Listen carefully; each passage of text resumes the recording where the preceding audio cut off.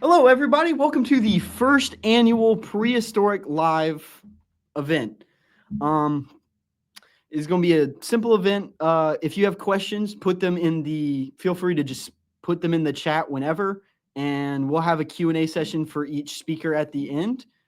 I'm your host, Eric Crawford, and for our first speaker, we have Bodhi Moore.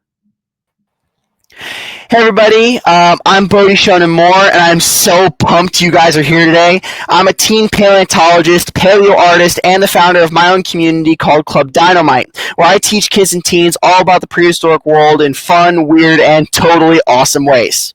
But my whole story with paleontology started with a single book when I was just 3 years old, a dinosaur encyclopedia. Since then, I was hooked, I couldn't get enough, and ever since I've been studying it. I've spent the past 13 years studying paleontology on my own, working with real fossils, going on digs, and learning from paleontologists in the field. And now I get to share that passion with you guys. Today's talk is about the coolest parts of dino evolution, the way they protected themselves, the flashy features they used to show off, and the absolutely deadly adaptations that made them the top of the food chain for over 150 million years. So if you've ever wanted to know why stegosaurus had plates, or what made T-Rex such a terrifying hunter, or if you just like weird, extreme, and little-known dinosaur facts, you're in the right place. Let's take a journey back through time, meet some of the strangest dinosaurs ever discovered, and figure out how they dominated the planet. Okay, before we jump into the Mesozoic madness, let's talk about what you're going to learn today. Dinosaurs weren't just big, scaly monsters stomping around like we see in the movies. They were adaptation experts, each one shaped by millions of years of survival, trial, and error. Some were armored like tanks, others were walking fashion shows, and some were built to hunt with bone-crushing power. So I've broken this presentation into 3 categories that explain how they didn't just survive, but totally ruled the prehistoric world. First, we have defense, built to survive. These are the tanks, the weirdos, and the ultimate survivors. From tail clubs to thumb spikes, we'll explore the bizarre ways plant-eating dinosaurs protected themselves from extinction-level predators. Some of these defenses are so strange, you'll wonder how they even worked, but they did. Next is display, built to be seen. We now shift gears and meet the divas of the dinosaur world. These creatures of all flashy frills, crests, and colors, not to fight, but to communicate, impress mates, or scare off enemies without ever throwing a punch. Think of this section like the prehistoric red carpet. Next is deadliness, built to rule. Finally, we meet the carnivores, the hunters, the nightmare fuel. From tiny raptor-like creatures to towering apex predators, this is where things get intense. Razor-sharp claws, bone-shattering bites, and speed that could catch almost anything. So whether you're here for the science, the weird facts, or just to geek out with another dinosaur lover, you're going to walk away today knowing more about dinosaurs, about how dinosaurs adapted or died, and why their legacy still echoes today. Ready? Let's dig into the first category, defense. Okay, let's kick things off with one of the most important things any creature needs if they want to stay alive: defense. Imagine being a plant-eating dinosaur in a world where almost anything bigger than you wants to eat you. You don't get claws or giant jaws, so how do you survive? You adapt, and some of these defenses are straight out of a sci-fi movie. Some dinosaurs became walking fortresses, covered in armor from head to tail. Others used speed, camouflage, or intimidation to escape danger. A few even developed weapons, tail clubs, spikes, horns, and plates that turned them from prey into predators' worst nightmares. And what's cool is that these defenses weren't just one size fits all. Depending on where a dinosaur lived, what it hunted it, and what plants it ate, evolution gave them wildly different survival tools. Think of it like a prehistoric game of rock, paper, scissors. Armor blocks claws, speed runs teeth, herds confuse attackers, and a perfectly timed tail swing, game over. In this section, we're going to meet some dinosaurs that redefine what it meant to be defensive, not by hiding, but by turning themselves into living, breathing defense systems. And some of them were so weird and wild, scientists are still trying to figure out what exactly how their defenses worked. So let's dive into the first one, a dinosaur that took the phrase walking weapon very literally. Now, this dinosaur is seriously strange. Spicomelus isn't just rare, it's one of the weirdest armored dinosaurs ever discovered. Found in what is now Morocco, it's believed to be one of the earliest members of the Ankylosaur family. But what makes it really stand out is how its armor worked. Most armored dinosaurs have bony plates and spikes embedded in their skin. But Spicomelus, its spikes were fused directly to its bones, like a permanent skeleton of spikes growing straight from the body. That's the only known example of this in any dinosaur. In fact, it's so weird that when scientists first saw the fossil, they thought it might be a fake, but nope, this thing was real. Picture a creature with spikes you couldn't remove, even if you wanted to. It's like nature turned this dinosaur into a living medieval mace. No predator would want to bite into that. And here's what's even cooler. Because it's so early in the armored dinosaur family tree, Spikomela shows us that dinosaurs were already experimenting with extreme defenses millions of years before their more famous armored cousins came along. Spikomela wasn't just protected, it was unapproachable.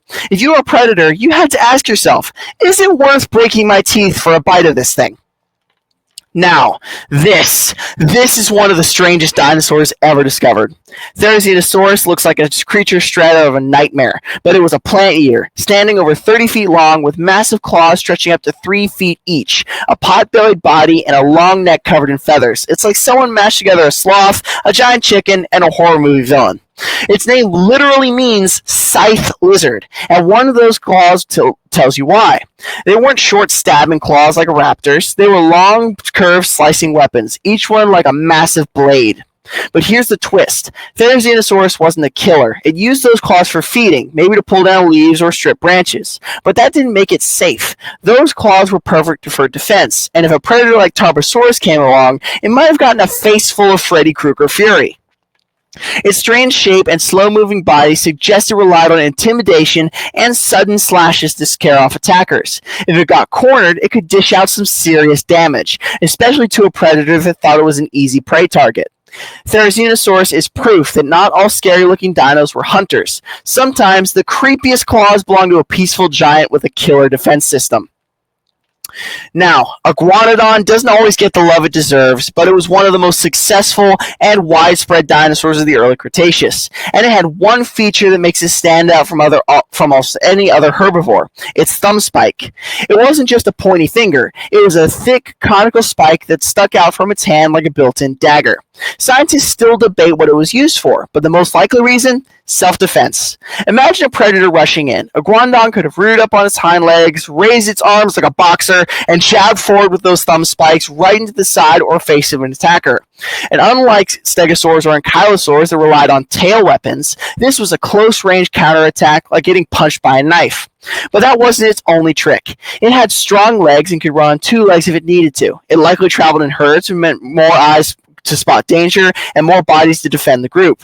And it had a beak for cropping plants, but also robust teeth behind it for chewing, meaning it was well fed and full of energy when it needed to bolt.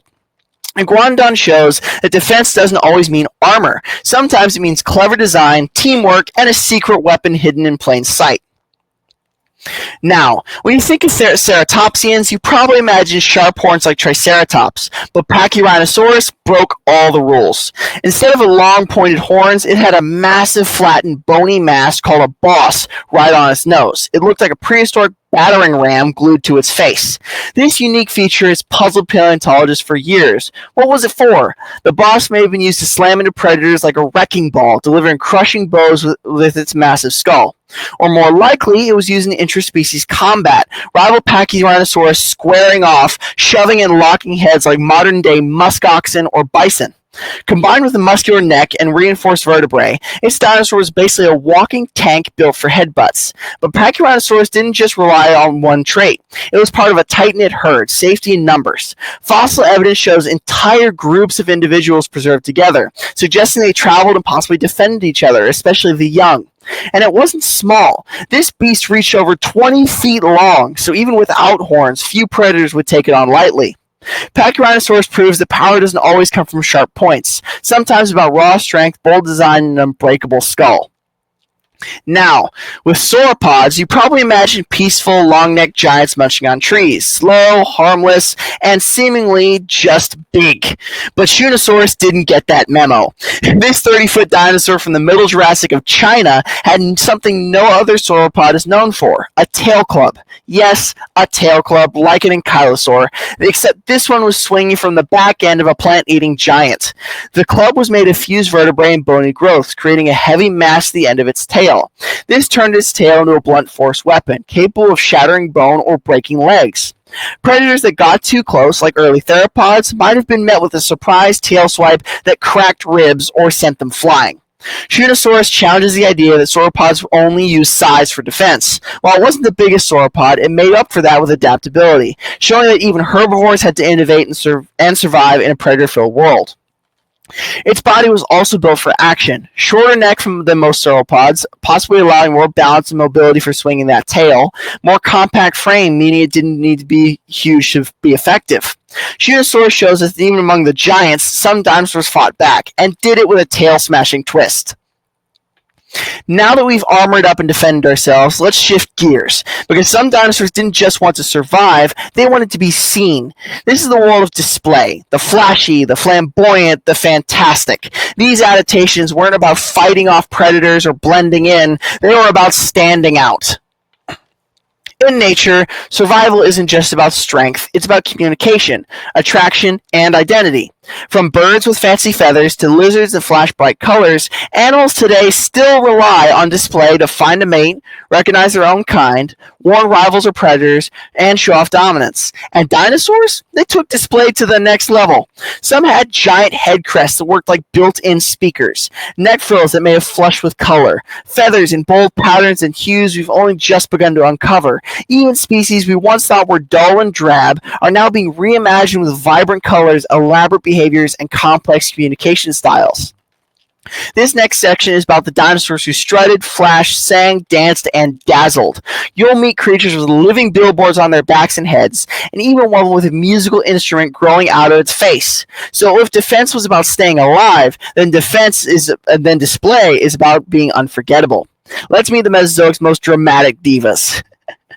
Now, let's kick this off this section with one of the most instantly recognizable dinosaurs in the world, Stegosaurus.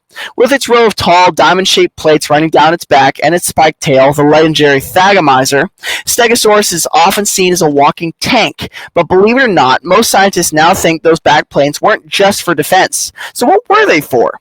The current best guess is display. These plates were made of bone, but they were super thin and full of blood vessels, which means they could have changed color, possibly flushing bright red, orange, or purple to signal danger, attract a mate, or even communicate with the herd. Stegosaurus lived in the late Jurassic over 150 million years ago in what is now North America. It shared its world with massive predators like Allosaurus, so being able to intimidate or warn others could have been a huge advantage. So while its tail spikes were definitely made to swing and smash, but the plates on Stegosaurus' back may have been its Mesozoic fashion statement, turning heads long before peacocks were ever a thing. Next up is one of the most iconic and musical dinosaurs of all time, Parasaurolophus. This hadrosaur, or duck-billed dinosaur, didn't just stand out because of its size or its shape. It had a giant hollow crest on its head that curved backwards like a trombone, and inside that crest, a complex system of air tubes that scientists think worked like a built-in wind instrument. Yep, Parasaurolophus could literally make music with its face. Based on CT scans of fossil skulls, researchers believed it used its crest to produce low-frequency sounds, kind of like an ancient foghorn. These sounds may have traveled long distances, echoing through forests to communicate with its herd, attract mates, or warn about danger. And very recently, we also did extra CT scans of the skull, and we found out what it actually sounded like, and we were right. And these weren't just random noises. Each Parasaurolophus might have had a slightly different crest shape, so their calls could have been unique, like a voice print. That means they may have recognized each other through by sound alone. But wait, it gets even cooler when we add a little speculative soft tissue flair. Parasaurolophus wasn't just a big herbivore munching plants, it was a full-on prehistoric performer, and it could have had air sacs coming out of the nostrils, on the neck, places like that to help it display along with the sound. In a world where survival often depended on who could stand out or be heard, Parasaurolophus was literally built to broadcast. Now, Cosmoceratops wasn't just any horned dinosaur. It was a walking crown. With 15 different horns and spikes on its head and frill, it holds the record for the most ornate skull of any known dinosaur.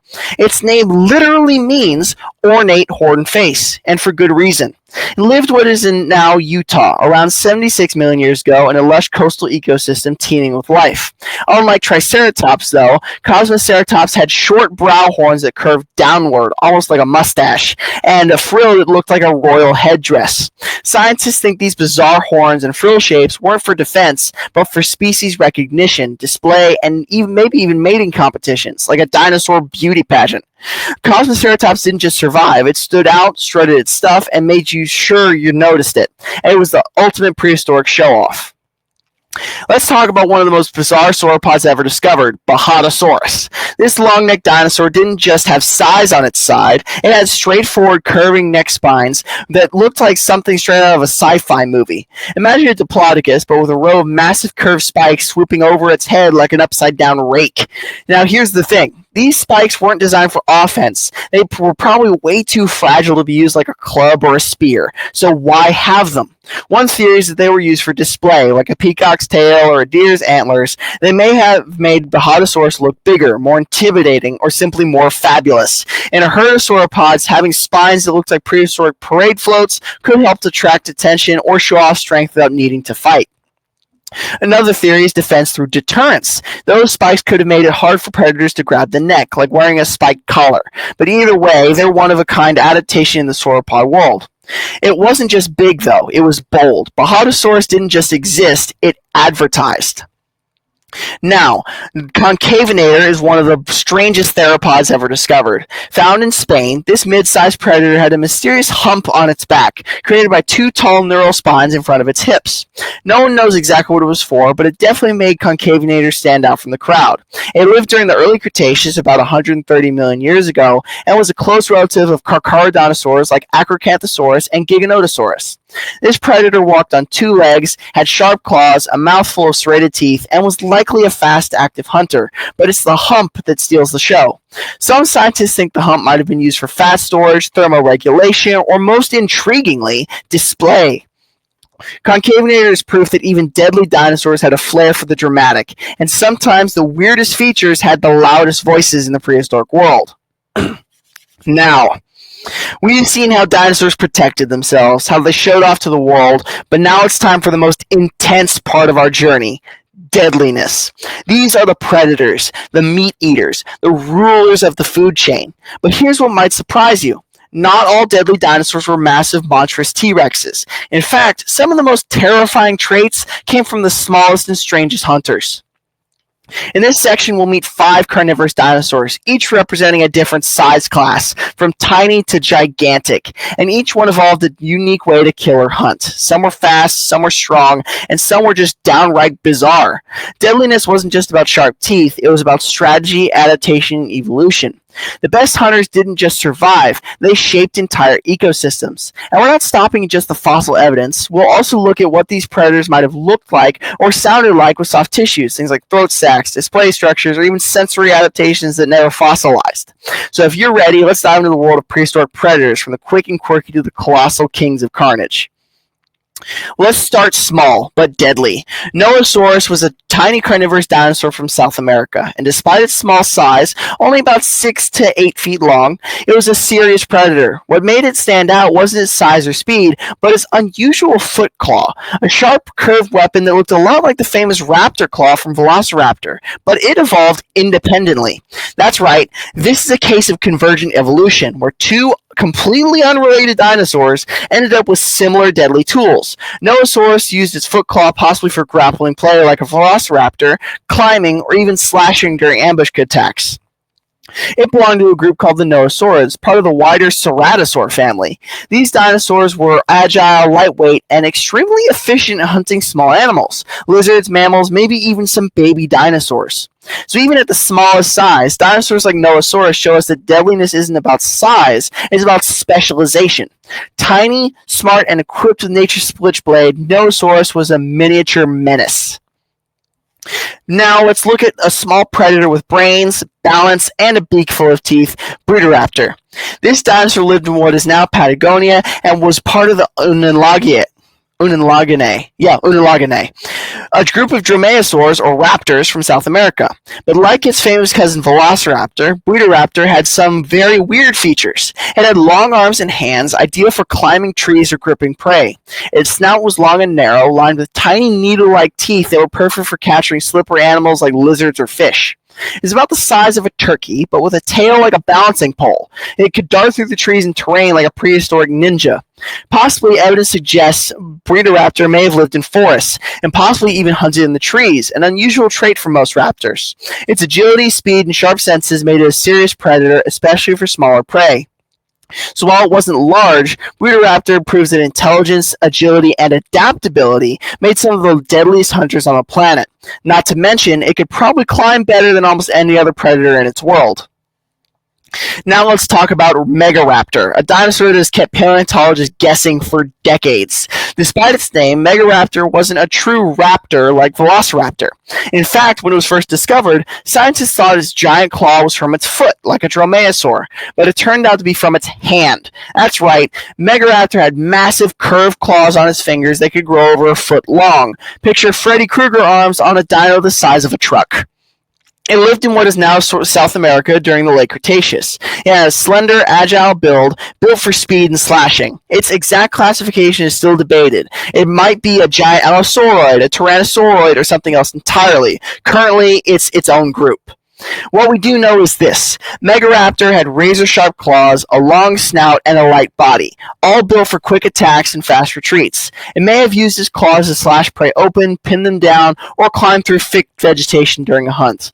Megaraptor was a deadly ambush predator, fast, precise, and mysterious, and it reminds us that not every terrifying dinosaur fits neatly into a single box.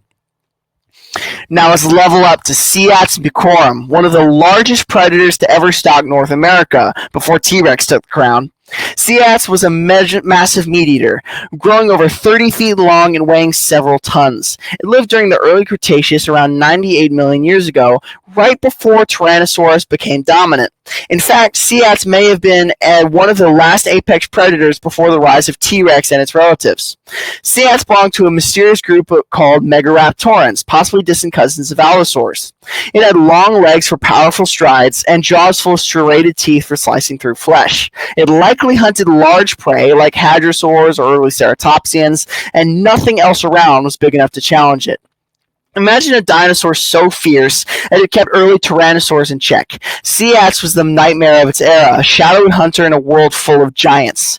It was built for domination, not just size, but speed, strategy, and strength. It ruled its ecosystem without question. Now let's get to the big guns. Now it's time for the grand finale. You knew it was coming. Meet Tyrannosaurus Rex, the most legendary predator in Earth's history. But this isn't just hype. T-Rex earned its crown. This dinosaur was over 40 feet long and at the lowest weighed around 9 tons and had a bite force of over 12,000 pounds, strong enough to crush bone like dry twigs. Its skull was built like a wrecking ball and its teeth were banana-sized with serrated edges, perfect for turning prey into soup. T-Rex had forward-facing eyes for depth perception, meaning it could track moving prey like a hawk. It wasn't slow either. Some scientists believe it could run up to 20 miles per hour, which is terrifying for something that big, but it would probably break its legs at that speed. Probably around 12 to 15 is more realistic. It had massive leg muscles, a stiff tail for balance, and lungs similar to birds for high oxygen intake. Despite the tiny arms, those arms were super strong, capable of lifting over 400 pounds each. And its brain, it wasn't just a mindless brute. It had a large olfactory bulb for an incredible sense of smell, possibly better than today's vultures. That means it could sniff out carcasses from miles away or track prey for dense forests. Now, here's some speculative soft tissue. It was possibly covered in scaly skin with elephant hair like proto-feathers, like the depiction from Prehistoric Planet. Definitely recommend that documentary, by the way. Or even a vocal sac or deep resonance chamber for making booming roars that could travel for miles. That is actually based off of a study they did a while back based on its inner ear, which showed that T-Rex could hear very low-frequency sounds like modern-day elephants. Now, T-Rex wasn't just the apex predator of its world, it was a symbol of evolutionary perfection in killing. It was the final boss, the deadliest of the deadly, and there is no other dinosaur that beats it. Now, what can we take away from all this? Dinosaurs weren't just monsters, they were innovators. They evolved wild solutions to the same challenges animals face today: how to survive, how to be seen, and how to rule. From spiked armor fused to bone, to necks that acted like musical instruments, to jaws that could crush cars, dinosaurs showed us what's possible when life is pushed to the limit. They weren't just giant beasts roaming the earth, they were engineers of survival, artists of display, and masters of the hunt, living proof of evolution's creativity. And here's the coolest part: they didn't all go extinct. Modern birds are living dinosaurs. That means dinosaurs are still among us. Every pigeon, hawk, and hummingbird is part of that ancient legacy. So next time you see a bird flutter by, remember, you're looking at a survivor, a descendant of a world that once thundered with footsteps from creatures so strange they still capture our imaginations today.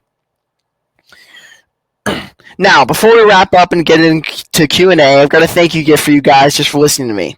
I've got a free download for you called Weapons, Warnings, and Wrecking Balls Dinosaur Edition. It's a special PDF packed with a full list of all the dinosaurs we talked about today and extra facts and visuals. You can grab it now. Just click the link in the chat, which I'll put in right now. And this is my way of saying thanks for showing up, being curious, and getting prehistoric with me. So, thank you guys for hearing me out.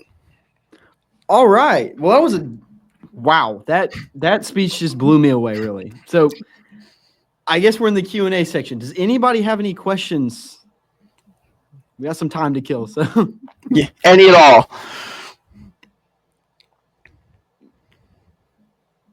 We can wait, I guess.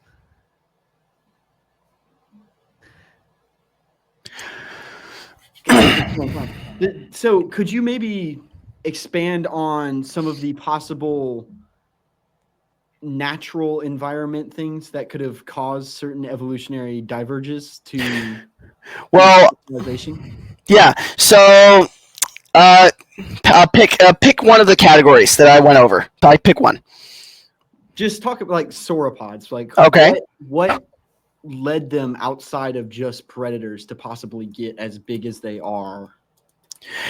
Well, they all dinosaurs started from really small animals in the Cretaceous period, really small archosaurs, really small two-legged ones actually just running around like a modern-day lizard. It was because of predators that were with them, that were hunting them at the time. These guys tried to evolve to outgrow their predators, get too big for their predators to hunt them, and as they did that, the predators were growing bigger at the same time. Eventually, sauropods just went insane and outdid it using air sacs, special bone structure, stuff like that, and just went ahead of them. And the carnivores got as big as they could get, T-Rex. So, but the main reason was just competition of basically them trying to stay alive and the carnivores trying to eat them. That was basically it. What about some non-defensive or offensive, I guess, possible evolutionary? For sauropods, there were a few. One I can think of is for example, Shootosaurus that I had in the presentation. It evolved the club on its tail because it was so small. It was only 30 feet long, which for a dinosaur, that's not very big. 30 feet is like the biggest animal today is an elephant. Compared to that, that's maybe horse-sized. In that kind of scale. So yeah, it was really small, so it had to develop some kind of weapon to protect itself, despite not being that big. Oh, Catherine has a question. This might be speculative with soft tissue for some dinosaurs. Is it possible for them to have sexually dimorphic traits like coloration like modern birds? Yes, 100% possible. Some of them probably were some of the sauropods probably were like modern day elephants, could barely tell the part between them. But you could definitely see that in most theropods and non-avian theropods and modern-day avians as well. So a good example is Anchiornis. We actually know the actual colors of it. It was jet black with white and a red head crest. So they used that for display. And then another example is Psittacosaurus, which we know the colors of. So, like, there was definitely sexual dimorphism. It's just basically impossible to tell with just the skeletons. We'd need something really special, like the pigmentation fossils from Anchiornis, or that really amazing fossil impression with the skeleton of Psittacosaurus that we found a few years back, which was, holy guacamole, like once in a lifetime kind of discovery. Another good example of that is Sinosauropteryx. Oh yeah, that's another good one. Oh, Borealopelta too. That was the other good one too, because we got that perfect mummy of it, and we found out that it was like kind of a darkish red on the top and then white on the underbelly, kind of fading into that. So that was really cool to find the colors and things. So yeah, they definitely would have had sexually dimorphic traits, either physically or in their coloration. Jason Moore said, "What is the most insane and destructive weapon ever evolved on a dinosaur, in your opinion?" Oh, that's tough because each weapon is different because of the environment they were in, and they're not like no weapon is created equal in dinosaurs. So I'd probably say the most indestructive, I'd probably say T-Rex's jaws. The most insane, I'd probably pick Spicomelus, the ankylosaur I started with in the presentation, with the spikes fused directly to the bones, which is like, where did that come from? You want to talk about an insane lineage? Let's talk about what are they called? Abelisaurids. Oh my goodness! Don't get me started on Abelisaurs. Like Abelisaurs and Ceratosaurs, both. Well, actually, Ceratosaurs came first and then evolved into Carnotaurs or Abelisaurs. Sorry, which split off. It was nuts. Yeah, and those actually Ceratosaurs and Abelisaurs are actually the only dinosaurs we know that were, that classic like scaly lizard-like row of like spikes down the back of dinosaurs they used to always put in those old movies.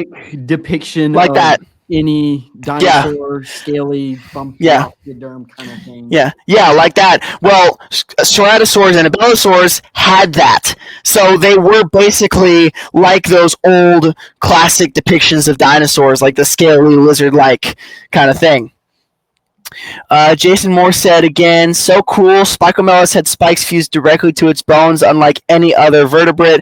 Could this represent an entirely different evolutionary pathway for passive defense in armored animals? How might that change our understanding of dinosaur armor evolution overall?"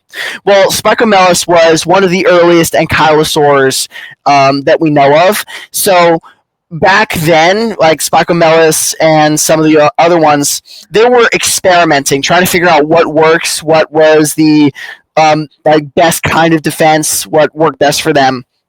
And eventually it came out to things like Borealopelta and Ankylosaurus and stuff, so they were big, a lot of armor, and tail clubs. But back then they were just experimenting, trying to figure out what worked.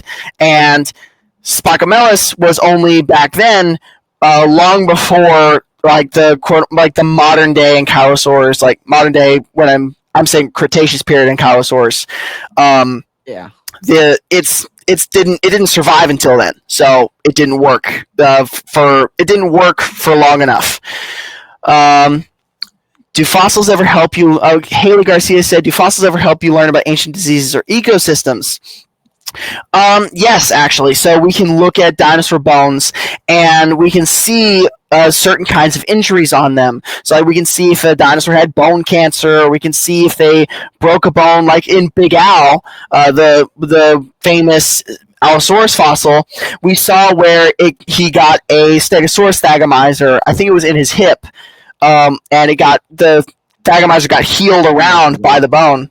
Or that was probably a different Allosaurus I'm thinking of. Big Al was the one that broke its toe. But oh yeah, and that's another example. Allosauruses are riddled with pathology. They're one of the greatest examples of dinosaur pathology. Yeah, but the dinosaur fossils help us about ancient diseases and ecosystems, but more so, studying ancient diseases and ecosystems outside of dinosaur bones help us learn more about the dinosaurs themselves. So it's actually the other way around. Yeah, Hadrosaurs, yeah, it shows some awesome ones like T-Rex biting into an Monosaurus and stuff. Therizinosaurus had claws over 3 feet long that were likely for vegetation, right? But could also double as deadly weapons. Are there any modern-day animals with similar dual-use features, and could this dinosaur have been a case of evolution optimized for both survival and social display?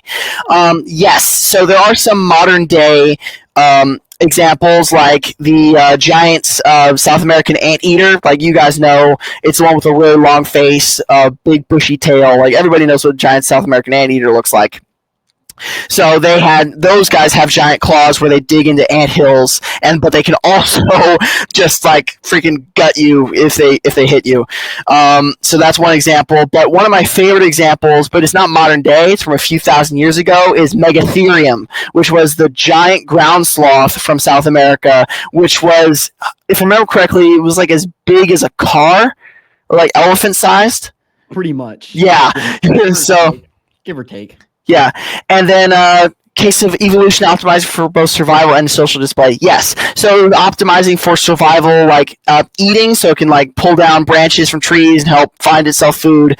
Defense from predators, specifically Tarbosaurus, and then it could have possibly used it for social display, like the photo I used where it was like sticking its hands out and stuff.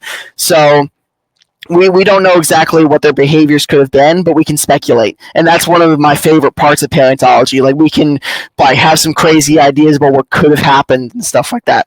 So it was really cool. Yeah, elephant's tusk would be an example. Yeah, we have I'll give it a few more seconds for anybody to have any last minute questions or somebody possibly typing out another question. But I guess thank you for coming on and presenting. We aren't out anywhere yet. Let's show the QR code one last time, so make sure everybody gets the PDF.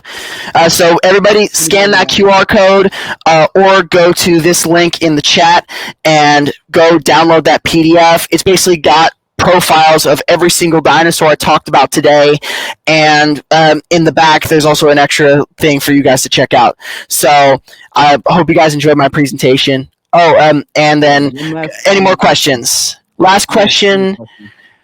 There are some species like Cosmoceratops that evolved elaborate ornamentation, not for combat, but for visual signaling. Could these kinds of features have evolved as a part of a form of prehistoric social intelligence or early communication systems among dinosaurs?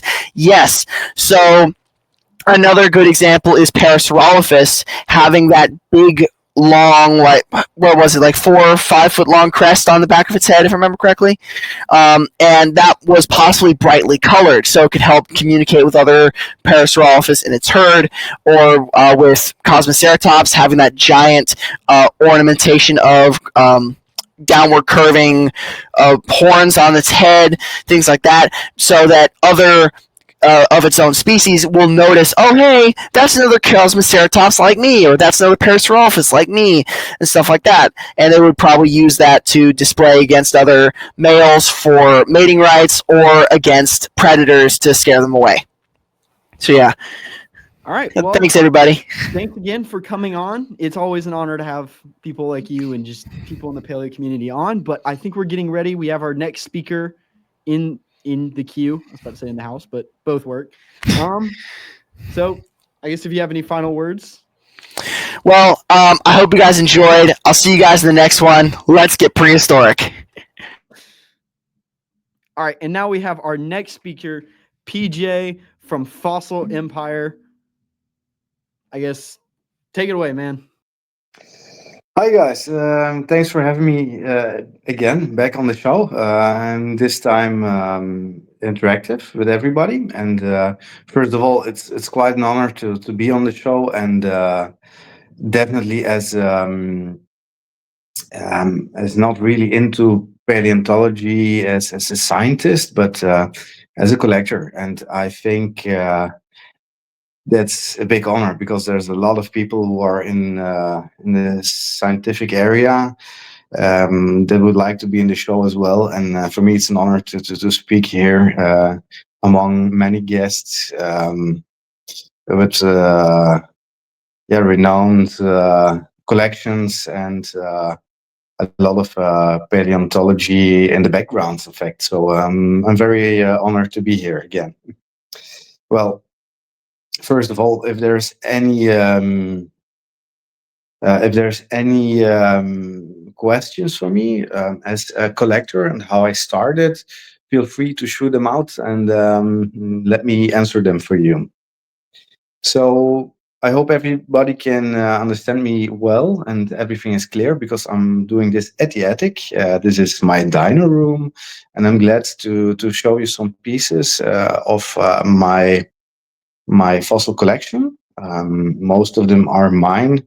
Some I am even selling, even for auctions as well currently, but as a hobby. Most of all, as a hobby, and that's the most important thing. I'm not doing this as a company or anything. For me, the most important thing is to be as connected with the fossils and the passion as much as possible. And I have been entrepreneur before, not in the fossil business, but even if when my business was doing well, I was like losing the passion for the thing I was doing, and I don't want to lose the passion for my fossils and the connection with the people, the musea, the fossils themselves, and my inner self on regarding my passion. So I think that's one of the most important things. So let me show you maybe a few of my fossils here.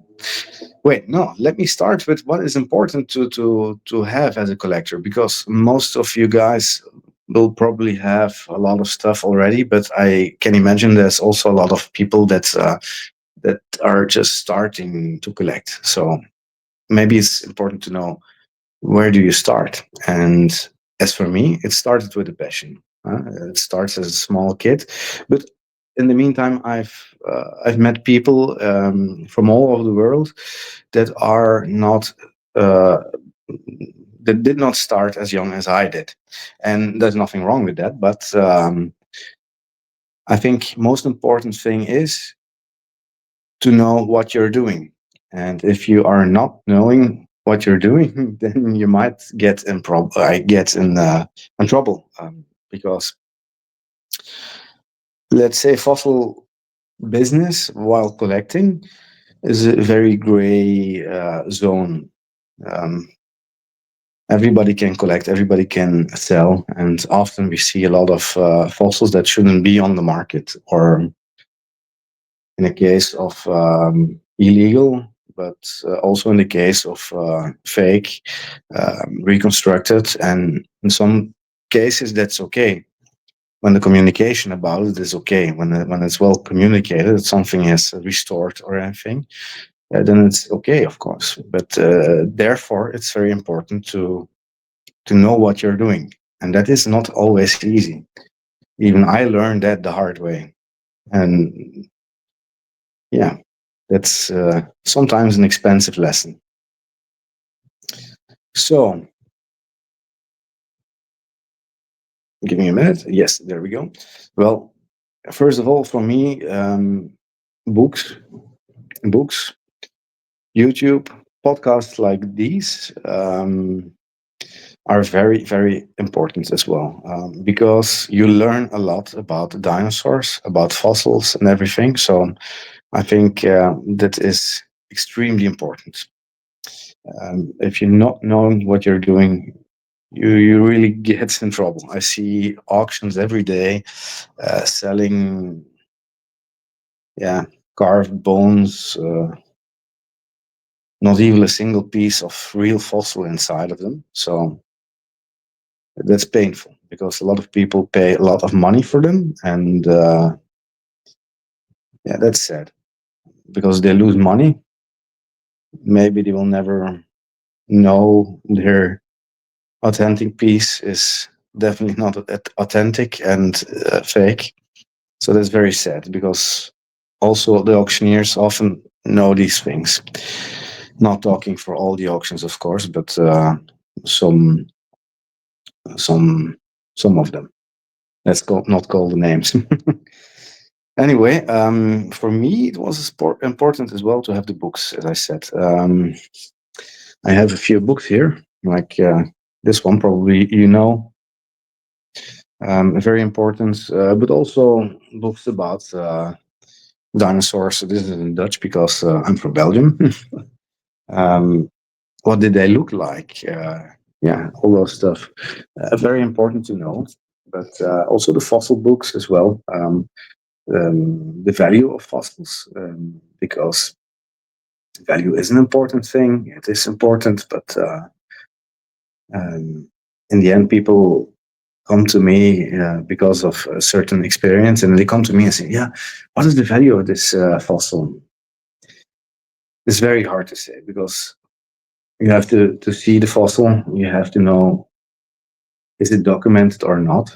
Um, yeah, you have to hold a piece, in fact, to make sure what is a certain value. You have to see it's for real, and you can give an estimation. But the problem again is, in the end, it's all about passion. And these days, look at the Sotheby's auctions. It's just depending on that one person or the two persons that are bidding on it, or that really want that piece. And I have learned that often some fossils are sold to musea, to collectors, and even sometimes to people that do not really care about fossils. And that's the weird thing, because yeah, when you are buying a fossil and you do not know anything about fossils or dinosaurs, I always wonder, why do you do that? Why do you bid at such a high price? But in the end, yeah, it's just what you want to pay for it. And even the people that I have asked and talked to, didn't have any passion for dinosaurs, didn't know knew anything about it, but paid a lot of money for them. And the reason was, well, it's special. It's yeah. When you see a piece, like by example, a mosasaur skull, a real good one, not a composite, a real good one, you're like, wow, I should have this in my living room or in the hall. When people come inside and they see the piece on a mount, they will be like, wow, what does he got? And yeah, also very important to know. So value is also a very yeah, a thing that is very hard to discuss as well. So if people ask me what is the value of a certain thing, it's difficult to say. We cannot say for sure. Um, Other things, as I told, I've been talking before, documentation is very important. Again, before I was having a fossil collection that was called Fossils and Dinos. Sorry, Fossils and Dinos. Yeah, what was it? Yeah, I think so. Yeah, I even forgot about it. It's not that long time ago, but I forgot about it because at certain point I lost interest in the whole thing, and maybe this sounds strange or maybe familiar. I don't know, but at a certain point I lost my interest because I had trouble with a fossil that I had sold online, and I got in trouble with it, not knowing that the fossil was restored, and I sold it the way I got it from a renowned collector and seller that even is on the big auctions. And I was like, okay, what do I have to do here? So I got in trouble in the end. So um, after that, I learned the hard way that documentation is something very, very important. Most of the collection that I have now has been well documented, has documentation. I know the sellers. I know the places, the real places where they've been found. I know the restoration.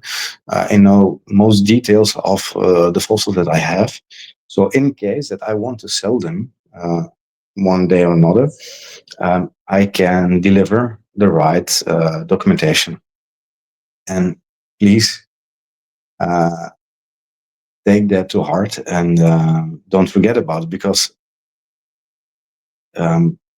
it's a very important thing. People forget about it and don't think it's important. They just see something, oh yes, I need this, and after a while they sell it. And I did that as well. And then I bought new stuff, and I was like, wow, this, I have to have this, I have to sell that, so to get, in order to get that. And most of those fossils didn't have any documentation. So yeah, what are you selling? What are you buying? For often a lot of money. And that's something I said goodbye to. A lot of people say, yeah, why don't you buy this? This is really something for your collection. And I'm like, yeah, it's a trigger. Really wanted. Of the other side, I'm like, nah, I'm like, no, I have to hold my passion back here, because the documentation is such an important thing. Yeah. Also, examination on fossils. I know that some of you know Blandine. She's a fossil preparator. Preparator, and she is very good. I've been sending her fossil projects since a long time, and she did well on the projects, but also on the documentation of those fossils, which is again very important. Let me start with the details and the fossils. Let me see, can I turn this camera? And for me, this is new, facing front, facing back. Can I do that? I think so. Yes, I can. It's okay. I can see this is my dino room, and you can see a lot of stuff here. You can see my Edmontosaurus project. I'm working on that one. Very detailed, very good bones. And again, every bone is documented. Restoration and everything. So I can get a nice Edmontosaurus composite. And as you can see, it's quite a big one. One of the bones broke, but every single piece has been collected to make it back one piece as it was before. This bone still has to be replaced because it's not the right one. Still looks good. As you can see here, you can see the Caecosaurus. Yeah, problem is it's late in the evening here in Belgium, so those are one of those fossils that are, in fact, not legally obtained. Any Asian fossil or fossils from Madagascar, etc., they are not legal unless they have the right documents, and even those documents are not easy to get. So that ain't an easy thing.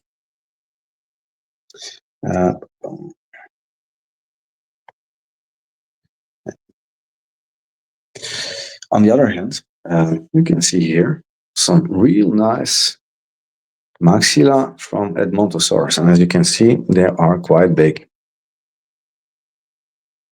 Next to a composite mosasaur.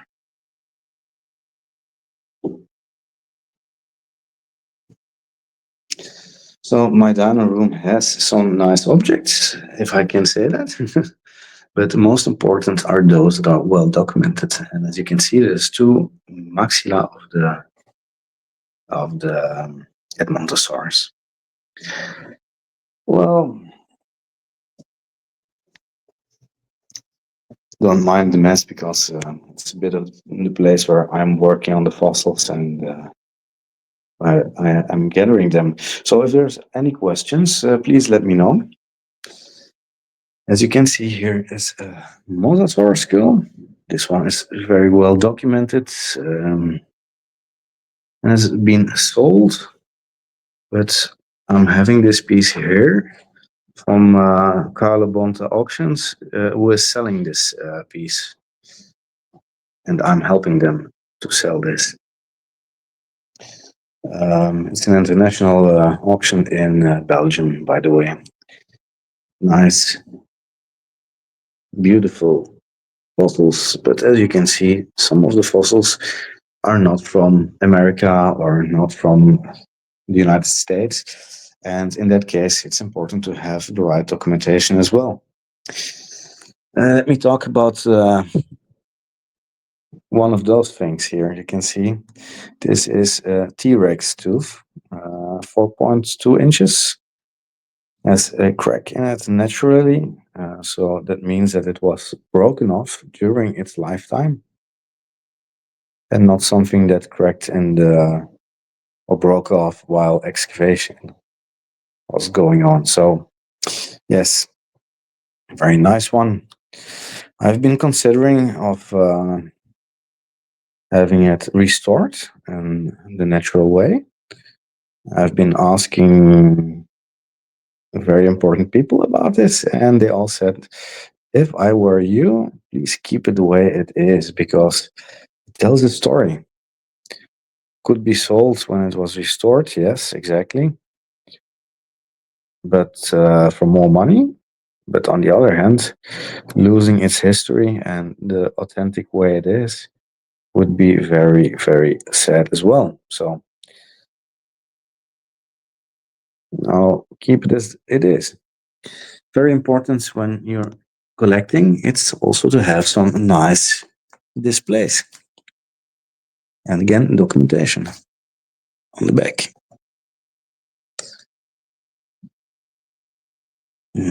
Let's hope this one doesn't fall off. So, one other thing.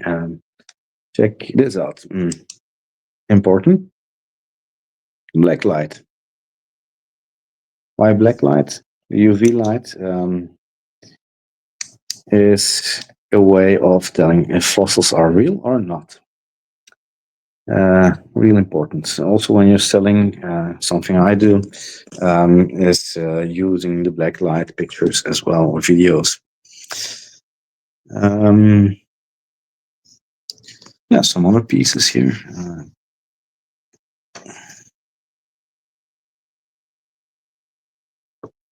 Trachyodontosaurus and a small raptor tooth from Hell Creek. I love this one, the Anzu Oviraptoid from Hell Creek as well. I love the Hell Creek formation. I'd love to go out and dig there someday. Yeah, absolutely crazy. Those beautiful. How do I put the camera back? Facing front. Guess this is the way it is. Yes. Well, those areas like Hell Creek Formation, Morocco, you have as well some very good, well preserved fossils from, by example, the Kem Formation or the phosphate mines of Kuriba. All very nice, but the great thing about the Hell Creek Formation, normally those fossils are legal, and often a lot of other fossils are not having the right documents. So, yeah.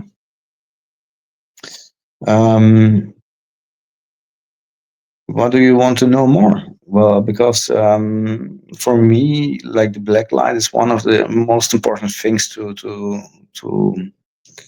check if fossils are real. But recently I got this one as well. It's like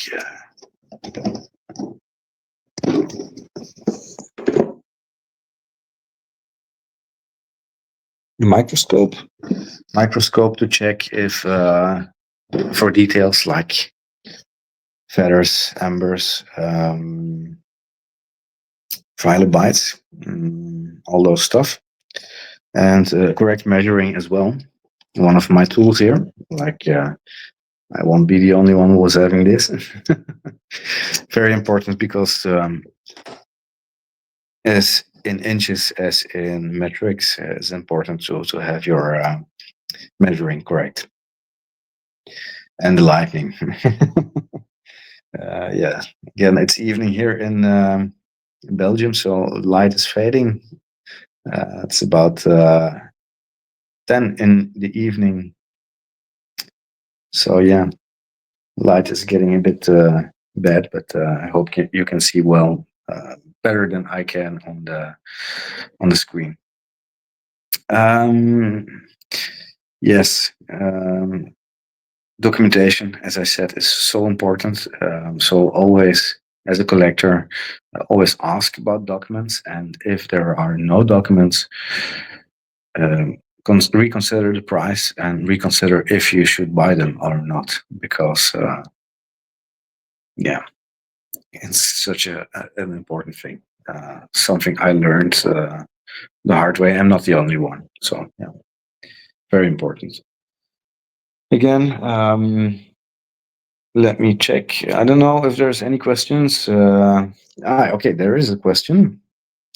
What are some places where fossils are illegal? Yeah, exactly. That's a good question, because I'm really into that now. Because before I was like, okay, who cares? But absolutely, it's very important. Let me read the question further. And some of the ways people can be charged. Yeah, exactly. Poaching, criminal crime. Well, let's say each country has its own laws, which means, by example, Chinese fossils are. I'm just giving an example, but because I know China is not alone. By example, Brazil. I think Canada has certain laws as well, only with strict documentation. Well, listen, by example, let's take the Chinese fossils. Those fossils are illegal, all of them. But as I showed the Keikosaurus as well, those are so abundant and not that important for science.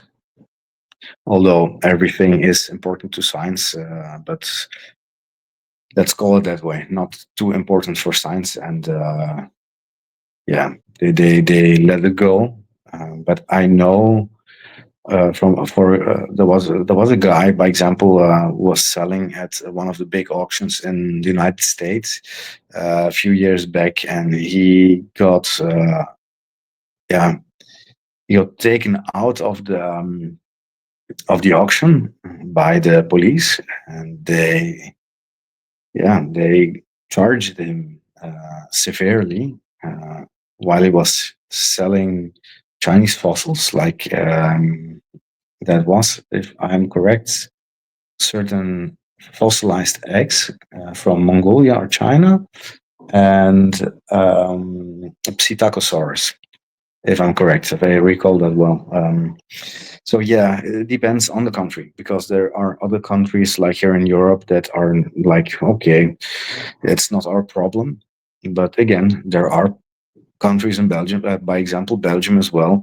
They might confiscate fossils, and they might charge you with any felonies, and you might get in trouble with, by example, the Chinese government. So yeah, it's very important to know where is the fossil coming from, what is the provenance, as they say.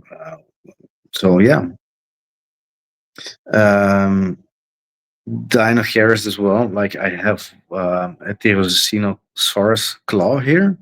The question is always, where exactly came this fossil from? Let me show it to you. In the meantime, I found out where it was coming from. What the tip was restored. Not that much, to my to my surprise. So it's a very good claw. Restoration was done well, but yeah, where exactly was this coming from? Was it legal? Was it illegal? I don't have a certain documentation of it, but I found out where it came from. I found out the right places, and it comes from a place where it is like, okay, it's okay to have. Amanda, let me check. Yeah, exactly. They are pretty strict. Fossil belong to the government regardless on what the land you're found on. Yes, exactly. I remembered that Canada has some very strict laws.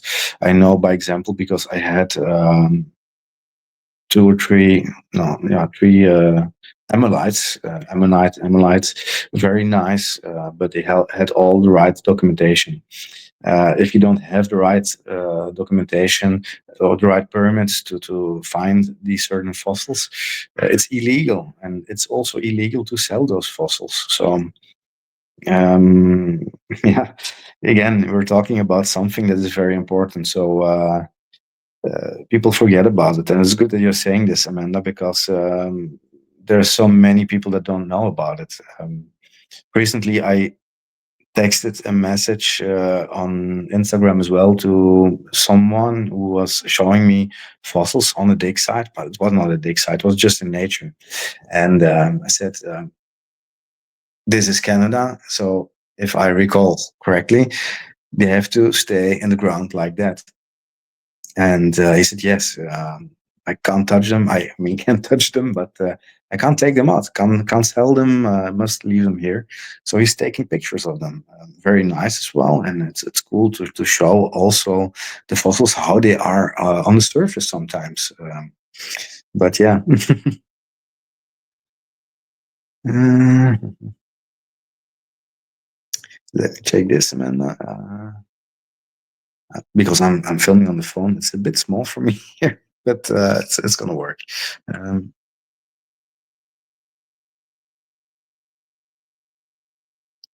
yeah, exactly. That's true. It just depends on what kind of fossil and the abundance of certain fossils. That's absolutely correct, and it's in most countries like that. Well, good advice. Do not just buy something. Ask people who are long enough in the business, and please don't ask just one, because I've seen that mistake multiple times. Ask more people all over the world for knowledge, and it's better to ask people who are into paleontology. Um, like I sell fossils as well sometimes from time to time to recover budget to get new fossils. But my advice is please check documentation. Even it's tempting sometimes to buy something. I get that. I have that as well, but the documentation is so important to do not get in trouble. And even when you are selling something, at certain point, you must be. If there's no documentation, there's no way of telling if it's real or not, and that's something I realized as well. So there's always a discussion as something real. People might say yes, people might say no, but to be responsible in collecting and in selling fossils afterwards to someone else, that's something I've learned. Make sure there's documentation and ask people who know about it, and multiple people if possible, and preferring people that are in paleontology or stuff like that. On the scientific side, because they can give you an opinion that's correct, and they can check fossils as well. And then yes, Dino Provincial Park. Yeah. Okay. Yeah, that's something that's good when you can give it. People should do this in these areas, because I know as well by example on the other side of the world, like in Mongolia, China, I know people who did visits on um, the sites. There's like everywhere fossils, and like the dino fossils are everywhere. Like farmers are digging, and by example, fossilized eggs are coming up. Um, Bones are coming up. The problem is, yeah, The big problem is they often go lost to science, not just because of private collectors as me, but also because of nature and destruction and not taking care of the fossils. So if you find fossils and you do not know what to do about it or what to do with them, give the coordinations to a museum. That's a good advice, exactly.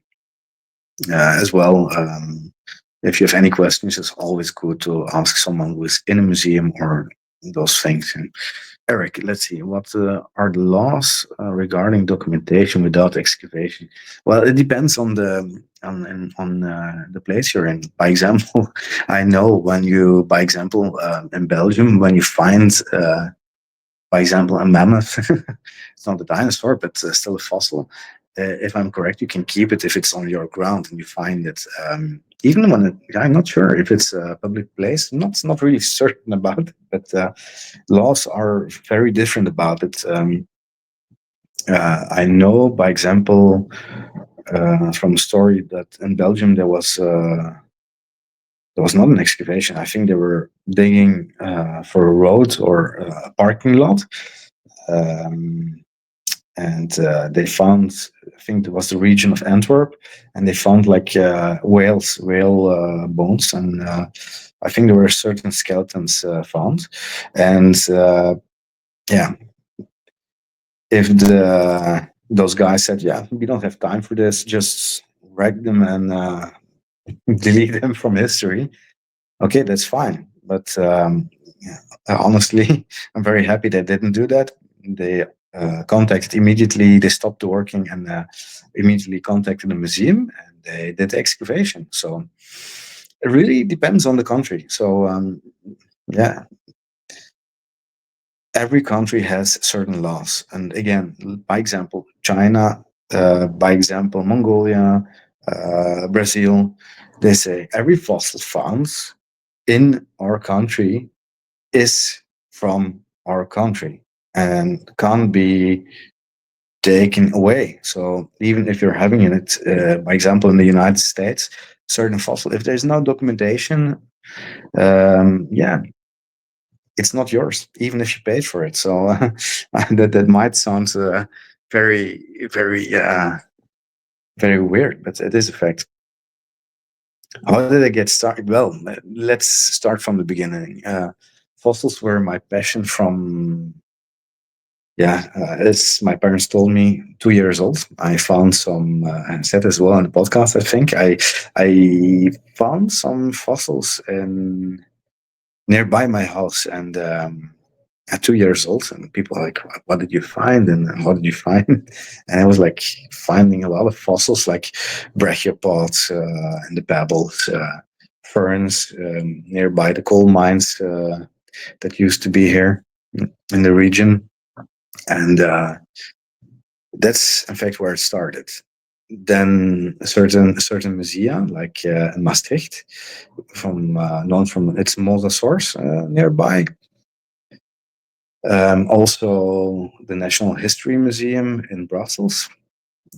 Those are things I will never forget. There are childhood memories that left a big impression. So that's where the passion really started.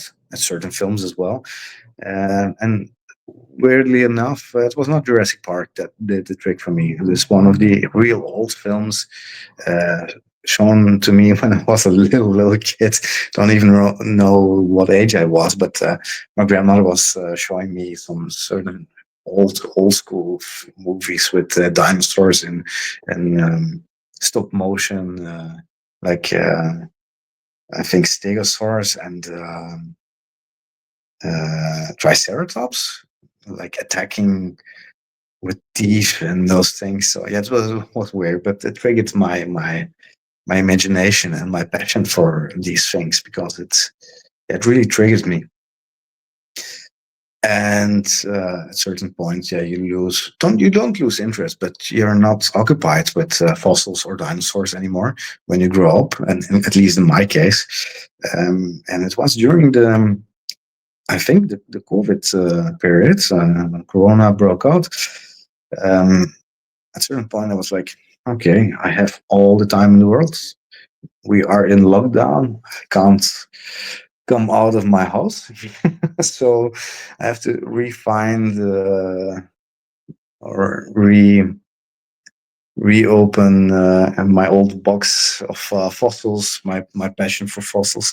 That's it. And let's say it started there, to collect again, because I had a few things before from markets, etc. But it's there I started to collect, like buying fossils and selling fossils again, in order to obtain new fossils, and often with great regrets selling certain fossils, which I still regret. But on the other hand, when you do not sell certain fossils, yeah, you can keep collecting, but the money is stopping as well. So, in order to get, by example, the Edmontosaurus foot here, or the some plate fossils, the mosasaur, the certain claws, those ain't cheap. So to obtain those, I had to sell certain fossils. And at a certain point, I made the click. Okay, I really have to focus on the fossils with the documentation. So I've been low on the Instagram for some time, about a year, I think, a bit more than half a year, and I restarted under the name FossilEmpire to reconnect with fossils, and to yeah to get more into the paperwork of the fossils. Yeah. So yeah, it's during the COVID time I really started to collect things.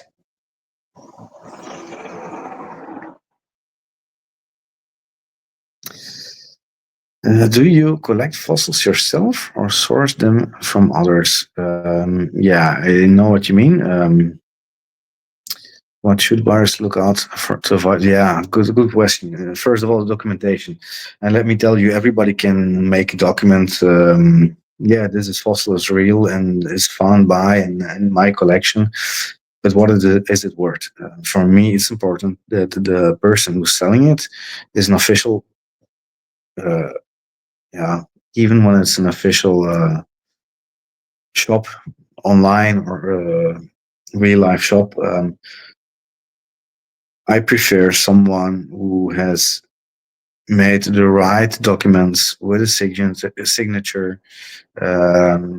with the right provenance, everything correctly. For example, the like this foot here has like all the documentation. Most of it is found in the same area, on the same dig site, same county. So yeah, you can say Hell Creek by example, but you need to know what county it was found in.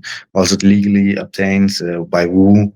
Um, by example, my T-Rex 2 teeth, because I have more than one, those are obtained or dug up from a site at Hell Creek and by the Phipps family. So yeah, by Luke Phipps. Those I have the documentation. Those I have, like, by example, even a video of the Premax that was dug up from the ground. So every little bit of information you have is important. By example, the mosasaur skull here, it has documentation. It has been documented. What is exactly the right amount of restoration? What exactly was restored and why and how? And that's important.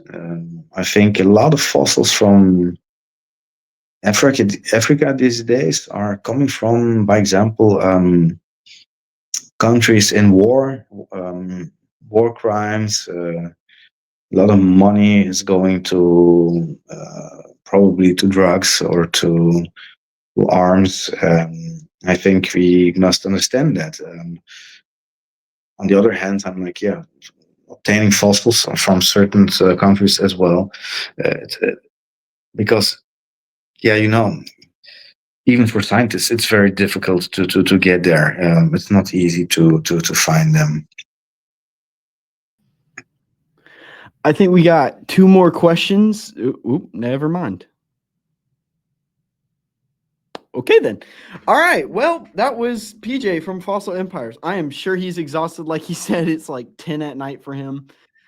Oop. You good? I got that there. I'm back. I think we have 2 more questions. Then Yes. We'll move on to the next speaker. I'll put this one up first. What about fossils you find on the beach, like sharks? Yeah. Again, we're talking about abundance, and as I think most of those shark teeth are so abundant that not governments won't be making any trouble about these, but not certain for the Indonesian ones, the Megs, by example, that are sold. That's another story, but most of them are okay. Definitely one found on the beach. I think beach found on a beach in most country is it's for the one who finds them. In general, whatever comes from the shore, because sea is other laws. And our final question, pretty long one. What are typical customers, educators? Yeah, good question. What factors must affect a fossil value?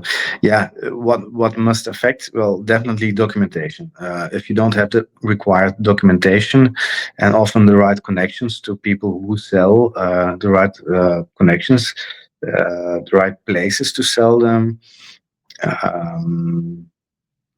Of course, good pictures helps always, but for me, it's important documentation. Again, the documentation is so important. So absolutely, of course, demands. By example, T-Rex teeth are so high priced, and they're going up up every year, even half years. Why? Yeah, because it's iconic. Even though I like all dinosaurs, um, I spent also a small fortune on T-Rex teeth because they are T-Rex, and like it or not, it is maybe a hype, but it's a giant, big dinosaur in every book. It comes back in every movie. So yes, it's real. It's a big thing. So you must take in mind certain fossils go up in price. Some might go down again, go up again, but again, the documentation is everything. When it's coming from another place, again, let's take China or Asia, and it doesn't have the right documentation. Yeah, how are you going to sell it? Because it's illegal. So you're taking a risk. That's one thing, and the other thing is, you might get a high price for them, but it's always the big risk that you're taking, and I don't recommend that. So I personally, maybe other people might think differently, but me as a collector, I learned again the documentation and legal obtained fossils are so important. Um, the first part was typical customers, museums, collectors. Yeah, you have the online auctions. You have many of them. You have the big auctions like Sotheby's as well. Not easy to get on those because you need the right connections and the proper paperwork. Um, there must be a real story behind those before you can get on those auctions. So that's a big dream of mine. Not even selling something, but to be in contact with with these things, because that speaks to imagination. Those giant auctions.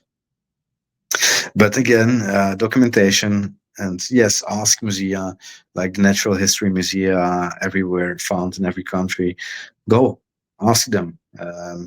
and ask people who work there, be in contact with them, and listen to their advice, because those are the scientists. I can talk as much as I want, and I love my passion. I love talking about it. Um, but it is so important to be in contact with the right people. Yeah. Well, thank you so much for taking time out of your busy night to come out. I know it's, like I said, at the Thank you beginning, very like much. 10 at night for you. So I'm sure you're exhausted. Well, But it was a long day. Probably can see that, but for talking about fossil and dinosaurs, I'm taking every minute. yeah, I'm thank you surprised so much myself that I for, could talk myself so long into the program. So but thank you so much for just coming on thank and you for having chatting me. with everybody. Um, but I guess that's a good transition to our next speaker, the one, the only, other way, Dr. Brian Curtice. Hello, hello. It's so good to see you again. I mean, You as well, mi amigo. How you living? I'm living good. What about you, brother? Oh my goodness, it is pedal to the metal, wide open throttle. I'm running around crazy in a good way, having a great time.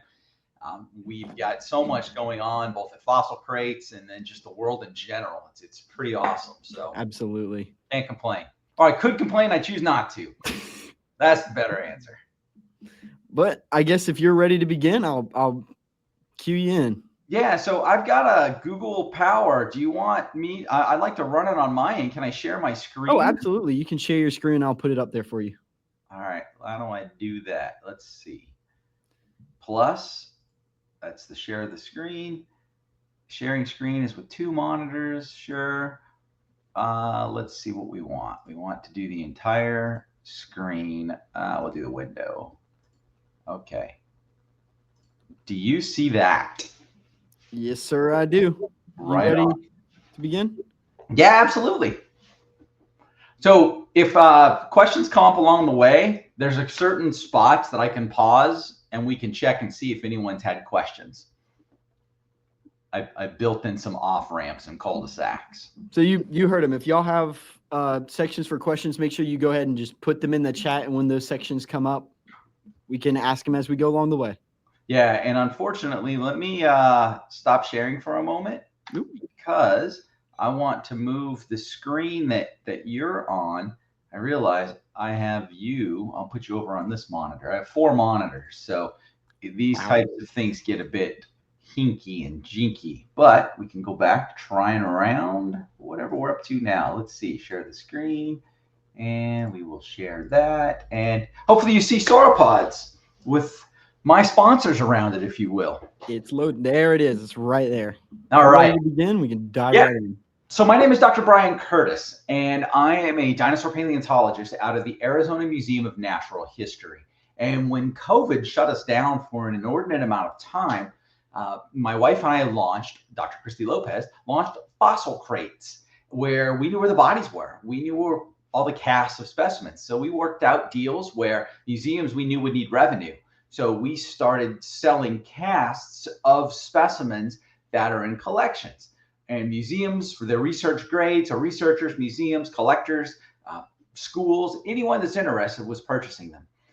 Subsequently, very recently, we moved away and now we pivoted entirely to skeletons, much to many people's chagrin and sadness, but that's just the way it worked. So we also run paleoportals.com. We'll get my advertisement plug in now. If you're looking to continue live interactions with myself, we have a live Zoom for 2 hours once a month where I bring in 2 or more paleontologist guests. And the next one, I believe, is August 9th. It's that Saturday. And we have Dr. Andrew Moore from SUNY Stony Brook, a sauropod expert who studies mostly Chinese and Asian sauropods. And then Tom Vanderlinden, who's a PhD student in Germany who also studies sauropods. So if you like this sauropod talk, join at paleoportals, it's plural.com. You can see the acronym right there. Or shoot me an email, brian@fossilcrates. Okay. So today, I'm going to talk about my favorite thing, which is sauropod dinosaurs. And we're going to talk about what is a sauropod. We're going to look at some giant animals. And we're going to talk about some other just fun, quirky information about it. We know lots about sauropods today. But when I grew up, this was a sauropod. what you see here, and can you see my cursor? Do you see me moving this around? Yeah, we can see your cursor. Perfect. So when I grew up, sauropod dinosaurs were these long-necked, long-tailed, heavy-bodied tetrapods, which they still are. And in my beloved Fred Flintstones, we went ahead and saw the really cool uses of them as cranes. Now, we know their mouths couldn't pick up rocks. Their skulls are pretty wimpy. And the police drove around on one. But what I love was this prosauropod. Well, they don't call them that anymore, sauropodamorph, called Dino. Dino the dinosaur, and it was Fred's buddy. And as you can see, there's great joy. Thank you, Hanna-Barbera, for giving dinosaurs their due when I was a wee lad when these were coming out. There's a spot that I always stop in Kanab, Utah. And unfortunately, I was just there a couple of weeks ago, and this is gone. So this is the last picture I have. Now this rooster in the background stands here. But Sinclair Oil chose a sauropod, an apatosaur, as its iconic logo. And so I always try to throw Sinclair some money to put gas in my beloved field vehicle. Unlike most paleontologists, I drive a Miata because when I'm out in the field, I am going to really beautiful places, natural parks, rural, remote areas. And I'll drive my car with the top down as far as we can go. And it'll hold a tent, solar panels, a battery, a cooler. It's amazing how much you can stuff if you're very patient and clever. So that's what a sauropod looks like if you don't know. Long neck, long tail. The tails used to drag on the ground in all this artwork, but we know now they don't. Sauropods are best known for their size. And I'm going to take a few moments and walk through what we know about the longest sauropod that we know of today. And that sauropod is Supersaurus. And that's me for scale. This is at the Museum of Ancient Life in Lehi, Utah, just south of Salt Lake, just north of Provo. That's the paleontologist there, Rick Hunter. And as you see, the tail keeps going on off the screen. This is an animal that is longer than 1, 2, 3 giant yellow school buses that are sitting outside public schools, private schools that use the big buses nationwide. Each of these schools are each of the buses are 40 feet in length. And so this sauropod is longer than 3 yellow school buses.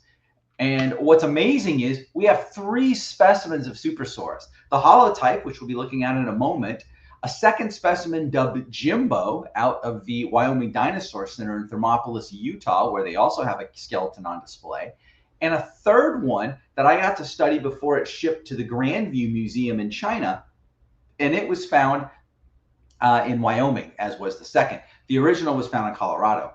But what's amazing about them is we have 3 sauropods, reasonably complete skeletons with overlapping elements, and they're all within a meter or 2 of one another. That tells you that on the bell curve, these sauropods as adults were sitting right here at 130 feet long or so, which means that there's possibilities of a 5 standard deviation giant somewhere over here, 150, 160 feet, who knows? We'll never find it.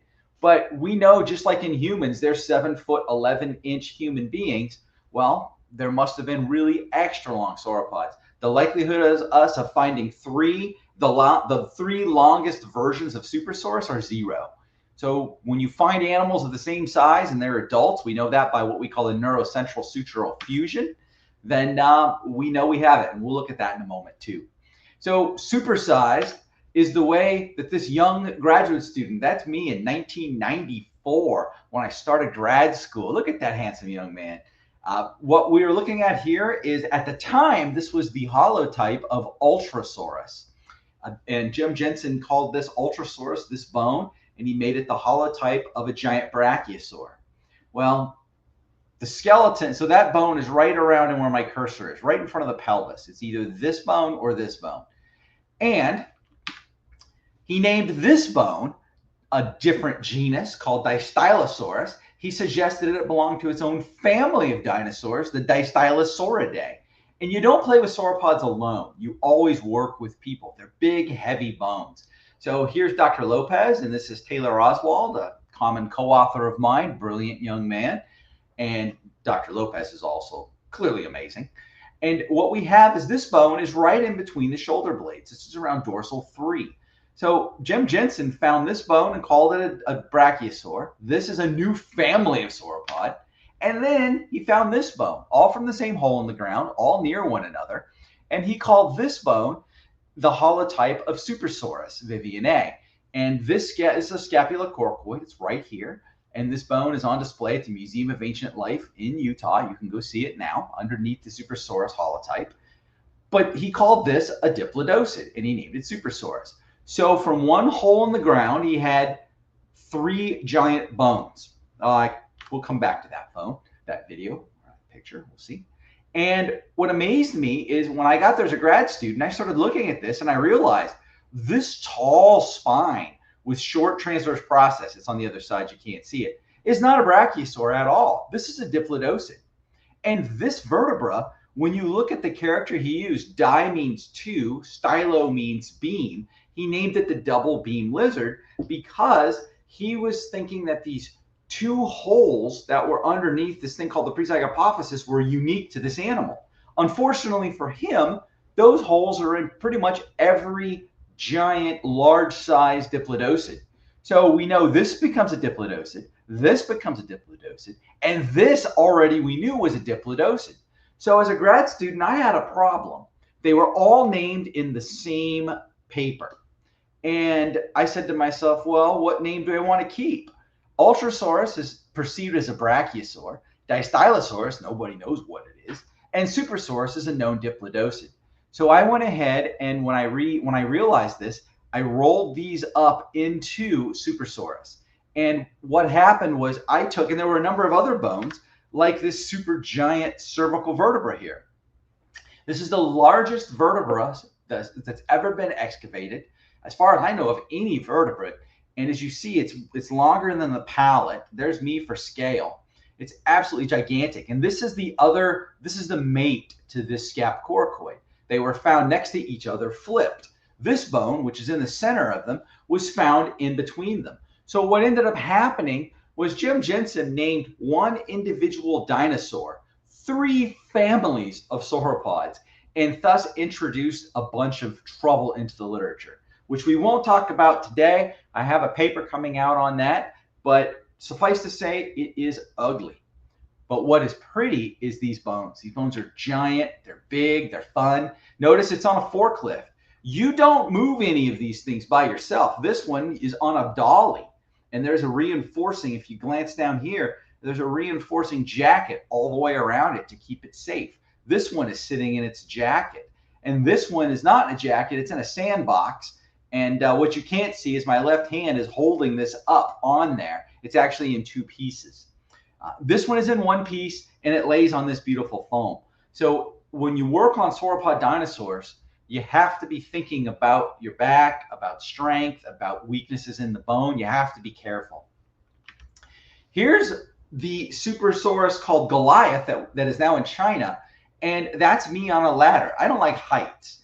And this was during COVID. I went and measured this because they articulated it.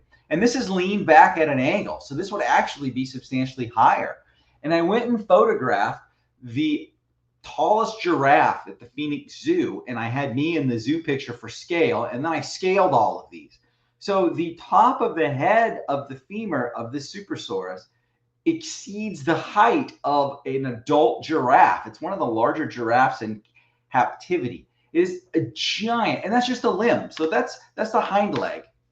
Now, this is not the same giraffe. You can see the patterns are different, the coloration. This giraffe is a smaller giraffe. Giraffes have 7 cervical vertebrae. Here is 1 cervical vertebra of Supersaurus, and it's pretty much as long as this giraffe's neck. This is my frame of reference. Is it bigger or smaller than a Supersaurus cervical vertebra? Love this animal. Here is another Supersaurus mounted, and this is that cervical vertebra we just looked at. It's approximately right here in the neck. So you see the neck goes on for days. Here's me next to a bull elephant or a bull giraffe showing you the 7 cervical vertebrae. Yet you can still tell it's a cervical. I should have inverted this. You can see they both have prezygohypophyses. They both have a neural spine. They both have an interesting centrum with parapophyses. All of these characters that are on a giraffe neck bone are also on a sauropod neck bone. It's pretty cool when you start looking at homology and you see the overlap of vertebral characters. It's really neat. So this animal is beautiful. The tail ends in a whip. We'll go into whiptails quite a bit. These are gigantic beasts roaming around. Now, there are other beasts. Supersaurus is the longest, but Supersaurus is practically svelte versus these gigantic beasts. Here is the heaviest. I went to Argentina and I wanted to touch the femur of Argentinosaurus. Now, it's still, I don't even think it's been classified officially as the femur of Argentinosaurus, but this femur was found in the same quarry that the holotype of Argentinosaurus comes from. However, it was found like in 1930s by an oil company. So they didn't find the bones till later. I can't reach the top of this femur. My boots are flat with it, and that gives me a little bit of height, and I still can't do it. This is a ridiculously tall femur. We come over here and you look at Dreadnoughtus, another giant sauropod, just like the Titan, these huge titanosaurs in the late Cretaceous. They were the heavyweight champs, but don't sleep on the brachs. Giraffic Titan and Brachiosaurus may have a little bit svelter femur, but they are also giant creatures, and the heaviest brachs would have contended with the top tier of the titanosaurs. But the heavyweight champs of the world go for these titanosaurs. And again, the bell curve. These are not the largest individuals that lived. They got much, much larger. And what I like to say is the only thing that would kill an adult sauropod is lightning. These things were impervious to harm. I suppose a parasite or a virus. For scale, behind me, this is Diplodocus carnegii, CM84, 94307. And that's the tail. The femur of this is practically touching the base of the tail. This is a giant, giant animal, Argentinosaurus. So I had Daniela Barrera Guevara, a wonderful artist. I had her draw a schematic where we took the known Supersaurus bones and we put them to scale with Argentinosaurus and with the other champs. Paraceratherium is the largest, and I'm using largest defined as highest at the hip and heaviest. And we know that because, if nothing else, if you read the Laramendi paper in the supplemental section, where everyone likes to tell me it's Paleoloxodon is the heaviest, in his paper proper, he always references Paraceratherium. And he draws a partial femur, just a chunk of a femur, that he then extrapolates out to get the size of this oversized Paleoloxodon. And in two places he writes, take this with a grain of salt. I say take it with a bag of salt.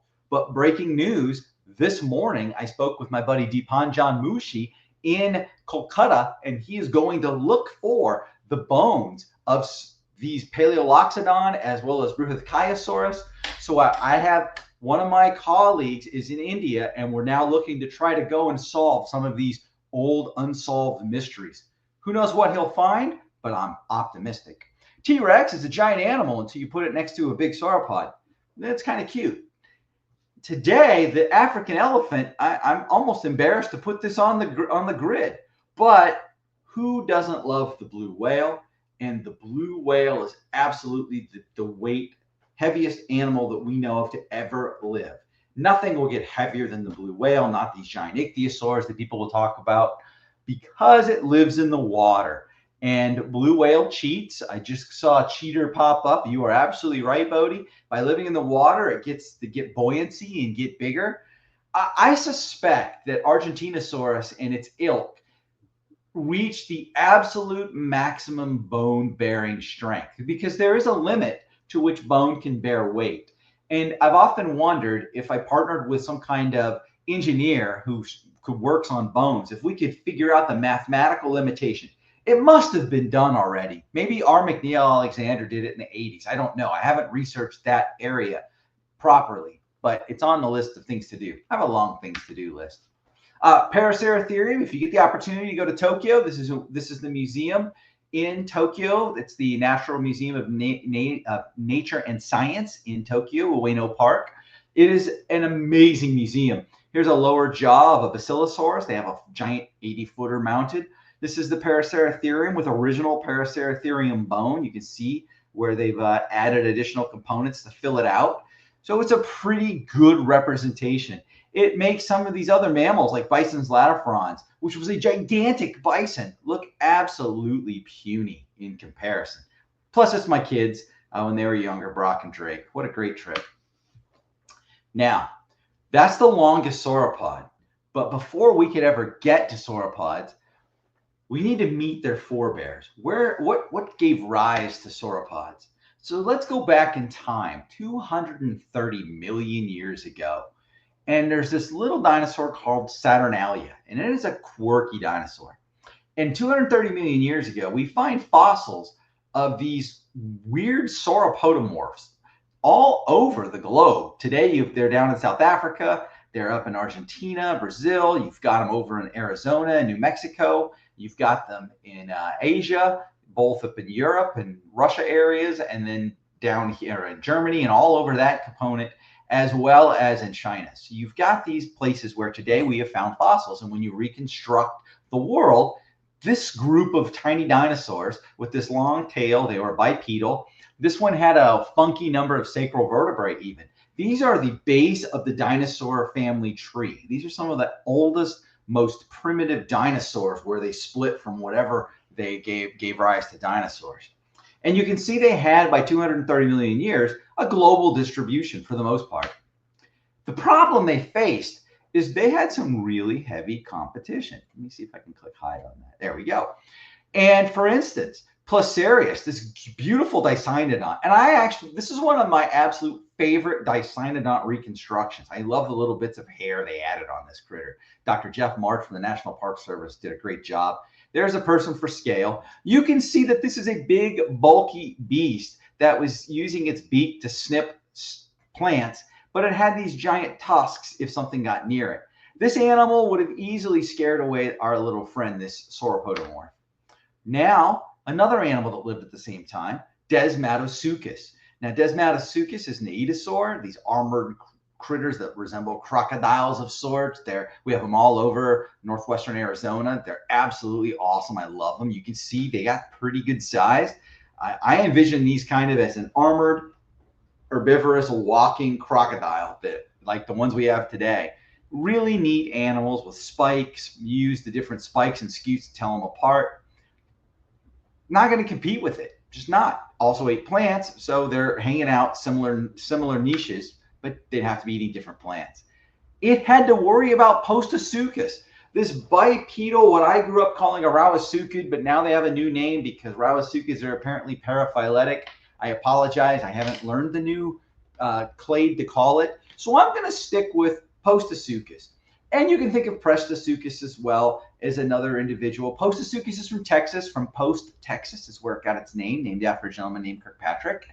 And as you see, this is almost akin to a theropod. The teeth on these animals are very theropod-like. Their jaws are massive and mighty. I'm sure they ate their fair share of sauropodomorphs. And March drew all three of these. Good for him. And that was 230 million years ago. 226 million years ago, Riojasaurus appears. And Riojasaurus is now 5 meters long, so 15 feet, 20 feet. Here you've got something that's maybe 6 feet long. So in the span of 4 million years, it grew up in size. And a million years younger, going to Germany, you've got Plateosaurus. And I got to see Plateosaurus in Fukui a couple months ago, Japan. I didn't realize how big that animal was. It's very staunch. There's nothing in here for scale really to convey its size. So what you end up having is these animals are getting big quick, which means if you happen to be born genetically a little bit bigger and you grow up really fast and you get full size, you're leaving more offspring, and that genetic trait of size is getting passed on. And so from 225 million years to about 200 million years ago, Plateosaurus-sized sauropodomorphs, what I used to call prosauropods, they were the dominant, largest animal on land. So they no longer worried about a Postosuchus-like creature. Just didn't care because once it got to be an adult. Now, everything was fair game as a juvenile. They could be eaten by lots. Well, in 2018, McPhee and crew published one of my all-time favorite documents or charts, and that's what you're seeing here. When Leto Mahadi was published, this this prosauropod, which was the largest of the sauropodomorphs that had been discovered. And from 227 million years or so, these things, here's our little Saturnalia-sized creature, they got to be a size and they stayed at that size. They didn't get much bigger.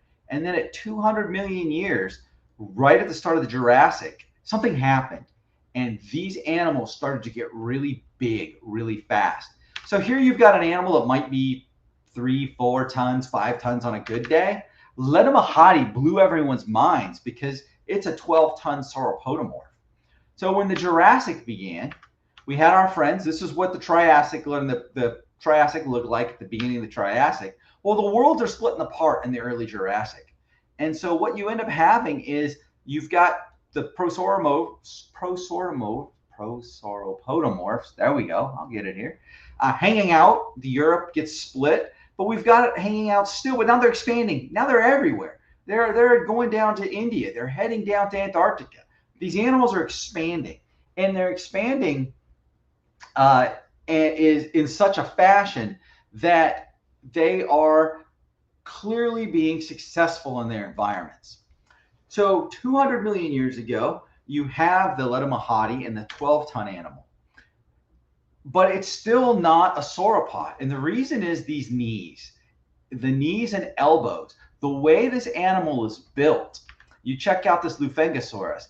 It is not a column. You can see these animals are like, they are still moving in a, they're not directly under the body. They're not straight up and down. So as a result, they're maxed out at the size they can achieve. And I don't think it's coincidental that the largest of the so-called prosauropods are as large as the largest of the duck-billed dinosaurs. Think Edmontosaurus, Shantusaurus, all of these giant hadrosaurs. And I think that's because unless you develop the next character we're going to talk about, there is a biological maximum weight that limbs that are not columnar can support. So I went to Zimbabwe and looked at Volcanodon. And at 199 million years ago, so we know they got big at 200 million, at 199, some genetic Hox gene quirk, something happened, and the limbs were directly under the body. And when that change happened, when the shoulder blades, the pelvis, and the limbs went directly under, like elephants today, this is one of those defining characters of dinosaurs. The limbs are directly under the body. And they are to an extent within the prosauropods, but these are true columns. So when the column appeared, the animals could get bigger. So Volcanodon is the first oldest true sauropod that I'm aware of at 199 million years ago. I need to get back to Zimbabwe. What a great, that's a different story for another day. So now we have a sauropod. So what's a sauropod? To be a sauropod, you need a long neck, you need a long tail, and you need columnar legs that are straight up and down that allow you to support a ridiculous amount of weight. You need to be truly what we call graviportal. Why the long neck? Well, let's think about what are the advantages of a long neck.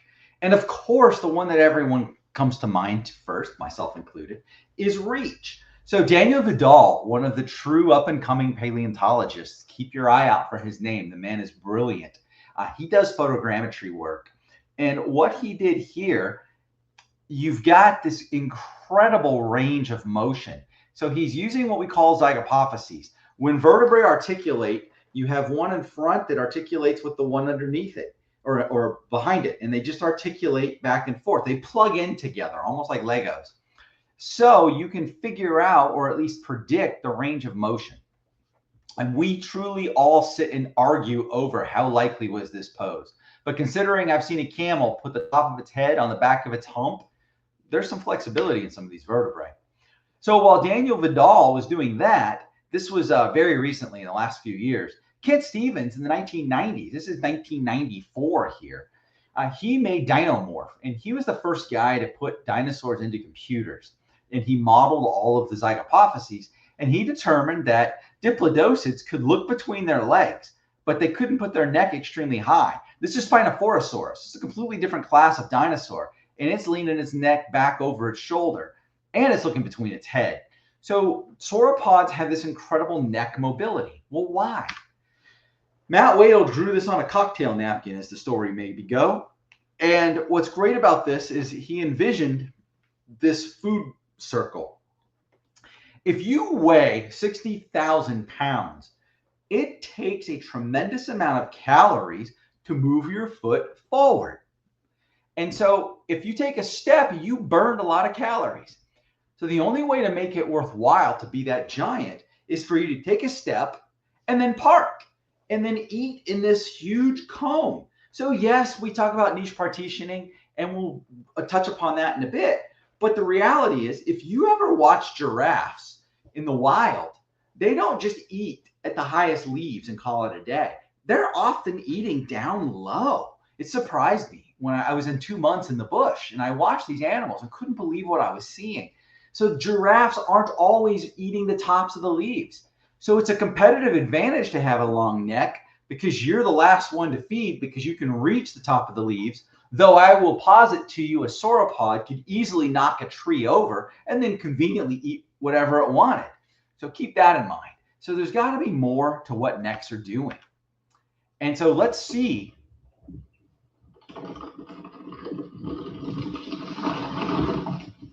That elephant doesn't have to get up, but they can.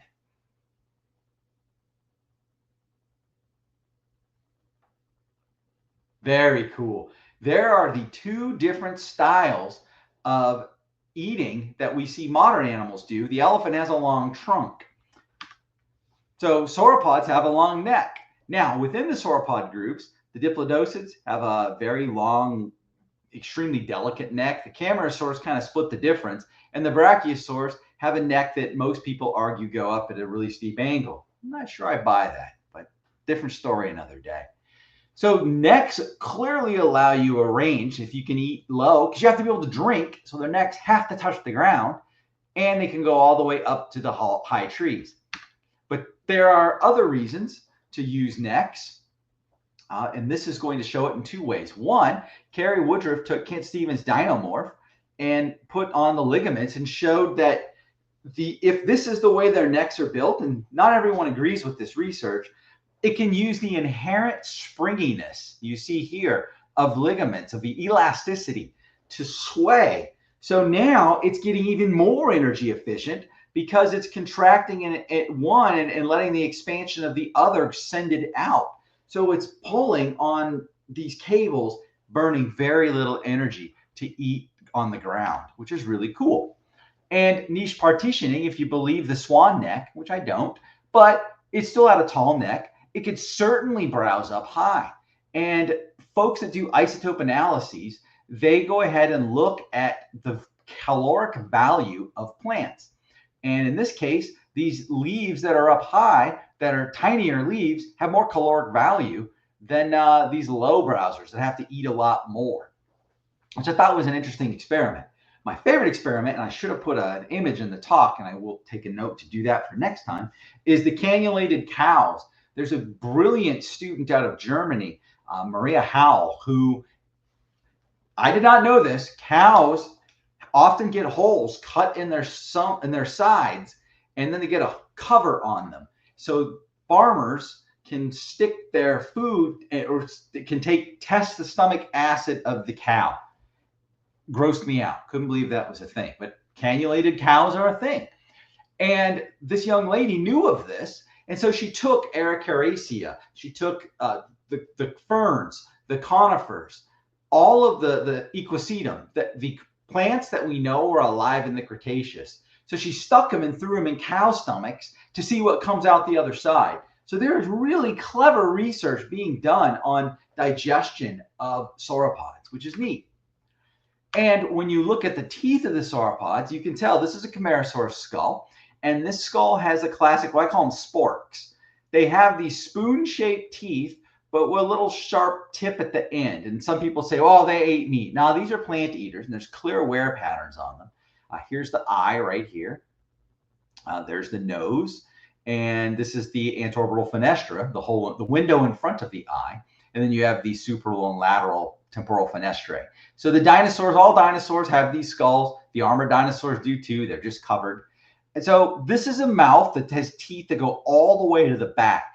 And it's often viewed that Camarasaurus would be somewhere in this middle browser range. Contrast that with the Diplodocus skull. You see the teeth end right here. They are only up front. They grow these teeth rapidly, apparently replacing them every 30 to 45 days. These teeth are incredible. The nose is on the top of the skull. Here's the eye, and here's that anterorbital fenestra. And here's the nose again. And it would use these teeth, it's thought, to either pick up. It's been great. You can go back to the 1890s when Osborne suggested it was picking out oysters. It was putting its head into water and picking off soft-bodied plants. There have been all kinds of hypotheses about what diplodocids were eating, but it looks like they were eating plants. And the teeth are very different, as you can see, big, thick, robust, all the way to the back. None of these dinosaurs chewed. Dinosaurs did not chew, especially not sauropods, at least not like mammals. So it's thought whatever this thing was eating, it grab a mouthful of plant, chomp down, and then swallow. Whereas this was probably picking in a very different fashion and still swallowing and putting them in their gastric baskets. And the reason I say gastric baskets is because I don't believe in gastroliths for Morrison formation sauropods. I have seen dozens of sauropod skeletons excavated in pristine. CM11338 is pristine. Everything's there. And I've never seen a gastrolith in a gastrolith basket. If you look at plesiosaurs, I went to British Island, Vancouver, British Columbia, to go look at gastroliths in plesiosaurs. And they're obvious. They're in the stomach region, and there's a whole bunch of rocks. And I just have never seen them. Now, that doesn't mean they're not going to be found. That doesn't mean that non-Morrison formation sauropods didn't have them. I just haven't seen them in the Morrison formation, and I haven't seen them in any other sauropods, really. None that I'm convinced, at least. But that's why we call it research, because we have to search again. And a question is, did sauropods have multiple stomachs? No one knows. It's possible, but the likelihood is, do reptiles have multiple stomachs? Do birds have multiple stomachs? But dinosaurs are their own group. I don't know, and there's been no soft tissue to let us know if they did or not. Now, I do know something secret I can't tell that will at least help us a little way, and the paper just came out on the Australian titanosaur that had a beautifully preserved stomach. But as you've probably figured out in full disclosure, lad, I have not properly digested that paper to be able to speak articulately about it, nor have I touched the Australian sauropod since 2001, and there weren't many known back then. I need to go back. They've done such great work. So with sauropod dinosaurs being so large, before I get in, we'll save it. We're going to get into how hypotheses evolve. And we live in a world where research to search again is the name of the game. We go back and keep looking at what we've done, what we found, and maybe we'll get a new idea, a new revelation with a new specimen. And I'm going to walk you through one of my favorite sauropod hypotheses. And it's at the wrong end of the animal for me. It's at the neck. So this is Dicryosaurus. And this Dicryosaurus is a dicryosauriid. It's a diplodocoid. It's lightly built, has a very long neck. It's got these really tall, for dinosaurs, spines, and they're split. Here's the right, there's the left, and the right and the left. So these have, like Diplodocus, a nuchal ligament ran down the center, and then you have these tall spines. The question that has befuddled us is, what did that look like in life? What would a tall spine animal that has split spines look like? Well, here's a dinosaur toy I have, and that's one possibility.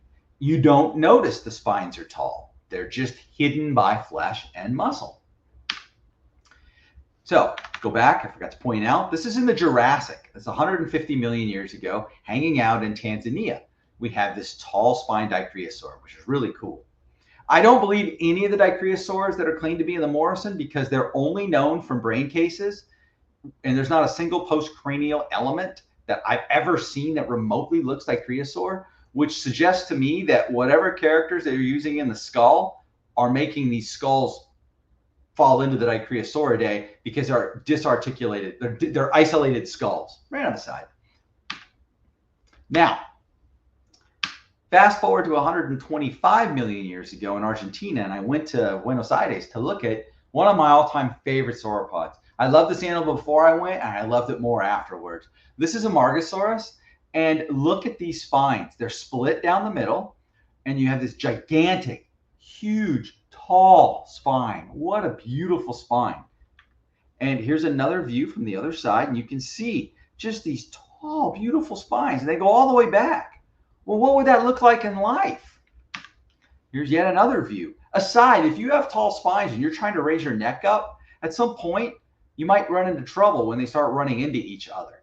So there's a lot of studies left to be done on the biomechanics of an Amargasaur neck. And here's a human for scale. My buddy Gunnar Bivens, co-author, great artist, draws skeletals from photos of the bones. And you can see this is not a large sauropod. Here's that Supersaurus neck vertebra, my favorite scale bar. And you can see one Supersaurus vertebra is practically the length of the neck, or at least the lion's share of the Amargasaurus neck, just to put you how long Supes is. It's a beautiful creature. So traditionally, historically, it was thought that the Amargasaurus and its cousins had bone exposed, and then you have no sail, no air sacs, nothing, just exposed bone. Now, I never liked this idea. Exposed bone seems like a bad idea, especially fragile bone. So other people thought similarly, and they said, no, it's going to be covered. So they decided it was covered with a trough. Notice here, there's not even a trough. The bones just pop out of the skin. These folks posited that it's open or closed trough, and they have these spines that would have connecting integument, and this would look really cool and beautiful. This artist decided it ended at the neck. This one decided it went all the way through the top of the tail, because this morphology persists in terms of being very tall all the way back here, and it stops being bifurcated right at the sacrum. No way to know. Or is there? But before we get to the is there, the third hypothesis is it's a hump, and you wouldn't see those spines. And that looks absolutely goofy. Why would you have tall spines? How can anything do that? Well, let's take a gander. Here's a bison. I go to Yellow. I was just 6 nights at Yellowstone a couple weeks ago. Here's a bison. Check that out. It has really tall spines. You have no idea those spines are even present, but it does not have tall neck spines.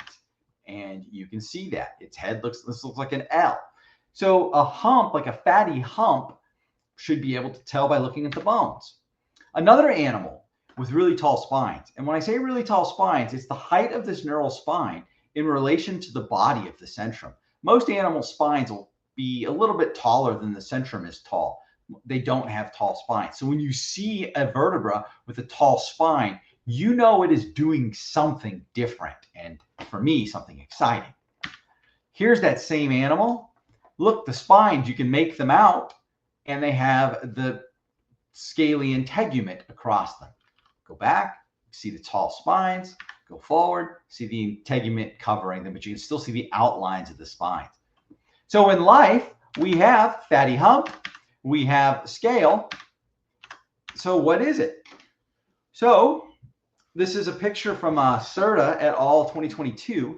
He went and took chunks of the neural spines. And I want to bring your eye to the fact that this is very smooth here and it's rough there. This is very smooth. These are entirely rough. Keep that in mind. What we're looking at is cross sections or chunks of spines that are running across the neural spines themselves. So to orient you, this is the bottom of the neck. This is where your carotid arteries are flowing through. This is why animals try to bite the bottom of the neck if you can rip into them. And this is the white here is the bone of the centrum, and they're very hollow. These are the air sacs that sauropods are known for. And then these are those paired spines. They run up to the top. So in 2007, Daniela Schwartz and her group posited that these spines were covered in a keratinized sheath based on their work on histology. And it would look something like this hard outer core that we have on a greater kudu. And here is a greater kudu's horn core. And just to show you what you're looking at, there's the bone here, and it matches this. There's the keratinous sheath, the horn on the outside. So we know these aren't horns. The animals, these are neural spines on the sauropods, but we do know that there are animals that put keratinous sheaths around things that project up in the air. They don't want bone exposed. Exposing bone is dangerous. And what are Acrocanthosaurus and Spinosaurus doing? Not my job. I have some ideas, but we can come back to that. And I think they're doing two different things. Acrocanthosaurus spines have interspinal ligament muscle scars, which strongly suggest that there's some musculature and something going on with those spines, contrasted with the ridiculously tall, gracile, if you will, spines of a Spinosaur. Very different morphologies suggesting different things. So now the hypothesis is, did it have bony spikes with keratinous sheaths? That's what the 2007 paper would argue. And then we have, or it was covered in the sail. So there's your options. You have the sail and you have the spines. But in 2019, Bahadhosaurus appeared. And Bahadhosaurus was named by Gallina and his partners. And Gallina found a vertebra with this strange shape and decided that he had an animal whose spines lean forward. Here's the picture of the vertebra. This vertebra is very small. That's 10 centimeters. So where's my tape? I don't have my tape here. So 10 centimeters. We're not talking about a large bone. And what you have here is the neural spines are leaning forward. Now, I need to go touch this bone in a bad way because I see neural spine tops on animals like Dimetrodon or cervical ribs that get all wonky and crazy. This isn't pathological in my opinion, though it was claimed to be. This appears to be preservational. If you take a long, thin bone that's got a lot of cartilage in it possibly, and it's got bone in it too, and you lay it in water, and you put pressure on it from currents that pack up sand, you can bend these. I have pictures of cervical ribs that are bent back on themselves, and they weren't like that in life. I have pictures of them looking like the shape they have covered and conformed over bones underneath them. So when I see this shape, I don't want to say they're wrong because I've never touched this bone. But what I will say is this area in here, we would need to CT scan it and evaluate the osteocytes and see if the osteocytes are stretched. There is a way to know. It just takes time and money to figure it out. But we'll go with the fact that they have the bone in their hand and they're right. So they've drawn this Amargasaur-like creature with these spikes leaning forward. And then they chose to put these, looks like rebar that goes into a block wall fence. An 8/8/16 cinder block has holes in it that you drop bars down and then put concrete. This is amazing. When I see this, I'm like, my goodness, what a terrifying looking thing. And then here's what they think the skeleton would have looked like. The only conundrum I have is, does this bone actually lean forward? They only have one bone. I'd really like if you found a bunch more that leaned forward. I love this image. Here's some pteranodons that may have been using it as a nest even. So they went ahead and decided that this animal is, we're going to do our histology. We're going to check and see on Amargasaurus what was around them. So they went back to Amargasaurus for non-Bahadhosaurus, and they were trying to determine, does it have a complete hump? Does it have nothing? Or does it have a keratinous sheath? And so this is how research is done. 2007, it was proposed that it had nothing, or it had a keratinous sheath in 2007. Well, 15 years later, Serta and his crew decided to test it with histology. And what I like about it is they show you. Oh, I don't like is they cut the bone. So when I go back in Buenos Aires to visit this next year, I'm going to cry because they cut these bones to get a thin section. So they probably cut something around this thick, and then they thinly sliced it like Arby's roast beef. And then they looked at it under a microscope. Modern CT scanners can actually scan these, and what we can do if you want to scan them is do non-invasive histology. And so I wish that's what they'd done, but they didn't. So we get what we get.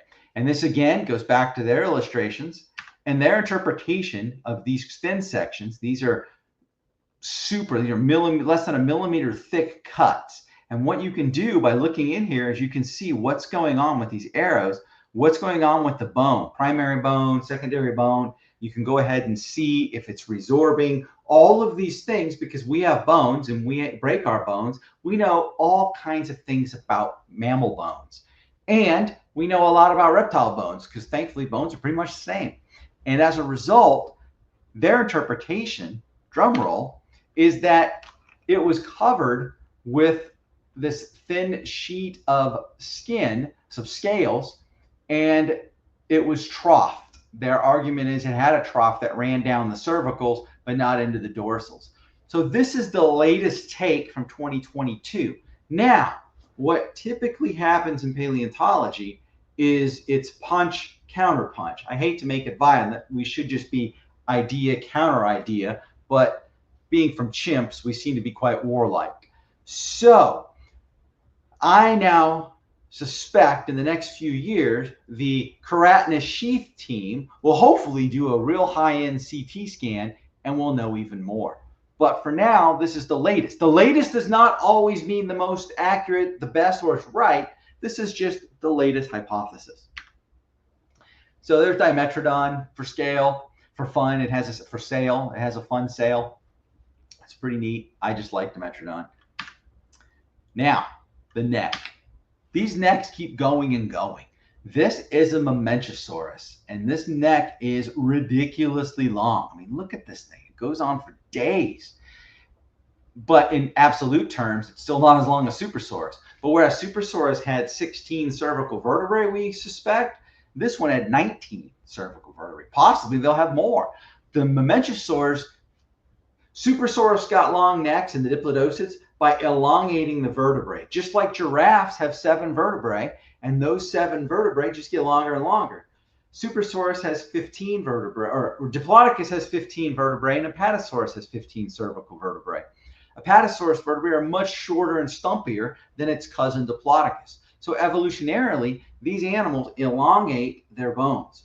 So what we think happens with Mamenchisaurs is like how you get 6 fingers, 7 fingers, 8 toes. A gene didn't turn off somewhere and added an extra cervical vertebra and added another one over time. So you have this animal with an incredibly long neck. Here's another one. I put the red arrow to point out when you see, anytime you see an animal with curvature, look at the zygapophyses, the pre-zygapophysis and the post-zygapophysis. If there's a gap, that can't happen because in theory, they have a synovial capsule that keeps those zygapophyses, the zygapophyses articulated with one another. Look at this, like that, there we go. So there's think of it as a balloon that's wrapped around them, or a bubble that keeps them connected. And they can move, they can pivot on one another, but they can't come apart because that balloon would pop and you'd rupture the synovial joint. So whenever I see mounted sauropods that are in these wonky poses, they're always because they broke the vertebrae or they chose to misalign the zygapophyses completely. Now, I suppose it's possible somehow that it doesn't have synovial capsules, but I don't think that's likely. I think we have necks that aren't as swan-shaped as people love them to be. And we debate this heavily because there's 2 camps, the straight necks and the curved necks. And then there's a different camp, the high necks and the horizontal necks. I'm in the straight horizontal camp. My buddies, many of them are in the swan arching camp, and then some are in between. But that's what makes it fun. We sit around and try to figure out how can we test our hypotheses. If you make a non-testable hypothesis, you're not conducting science. So we like to sit and ponder it. Something else I'd like to point out is the cervical ribs. The cervical rib is a bone that runs alongside the cervical vertebra. You can see it here, jutting out. And on Mamenchisaurs especially, they go behind. Let's find one. It starts here, 1, 2 vertebrae. Sometimes they cover 3 vertebrae and they overlap. So what you get, like in Sarmientosaurus, is this thick bundle of overlapping bony, soft, bony, cartilaginous, mixed up, elastic characters, or these bony rods. And the rods run down the neck. So you actually end up with an animal who has this internal superstructure built alongside, made of overlapping bone, which means these necks can get out and be really strong because they're being held up by really light rods of bone. Plus, they're super hollow. They're as hollow or more hollow than a bird's cervical vertebra. So these are full of air, and these long overlapping rods also, it can hold up engineering wise. The muscles can attach, and the ligaments and the tendons, and hold it out in a fashion that doesn't take as much effort as one might think. And here is another example. Here you see the cervical rib. It goes by 1, 2. It touches the third cervical vertebra. So if that's the case, there are 3 or 4 cervical ribs overlapping in here. It's getting very thick. And then it thins out where you've got the natural musculature coming in of just the base of the neck is inherently thick. Xinjiang Titan is one of the longest necks around. It's not as long as a Supersaurus neck in absolute terms, but it is plenty long and really cool. So let's count 1, 2, 3, 4, 5, 6, 7, 8, 9, 10, 11, 12, 13, 14, 15, 16, 17, 18 cervical vertebrae here. In the Morrison formation, only Barosaurus, we think, has 16, and that's hypothesized. We don't have a complete neck because the necks that we do have that are complete on an apatosaur has 25 presacral vertebrae. So it has 10 dorsals and 15 cervicals. So the thought is, we know for a fact Barosaurus has 9 dorsal vertebrae. 25 minus 9 would suggest it has 16 cervical vertebrae. And as an aside, how do you know if something's a cervical versus a dorsal? It's how the rib attaches. These are all things that paleontologists, you need to have some anatomy knowledge to figure out what you're looking at if you find something in a museum shelf or in the field. Now, this find blew my mind. This is Brachytrachelopan.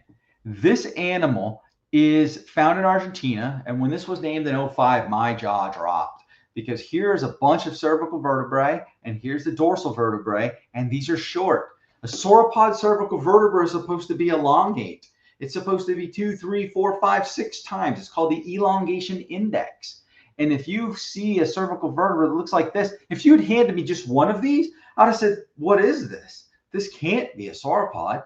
But if it's got pneumaticity, it can't be an ornithischian. So you can't be a duckbill or a ceratopsian or any of the non-saurischian dinosaurs because they all lack air sacs on that side of the tree.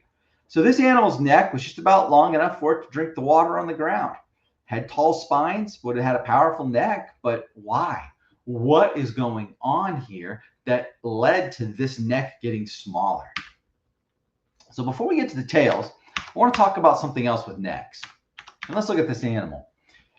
If you look at giraffes today, since they don't eat only at the tall height, that tells you that feeding is probably not the only reason to have an elongate neck. There must be something else driving it evolutionarily.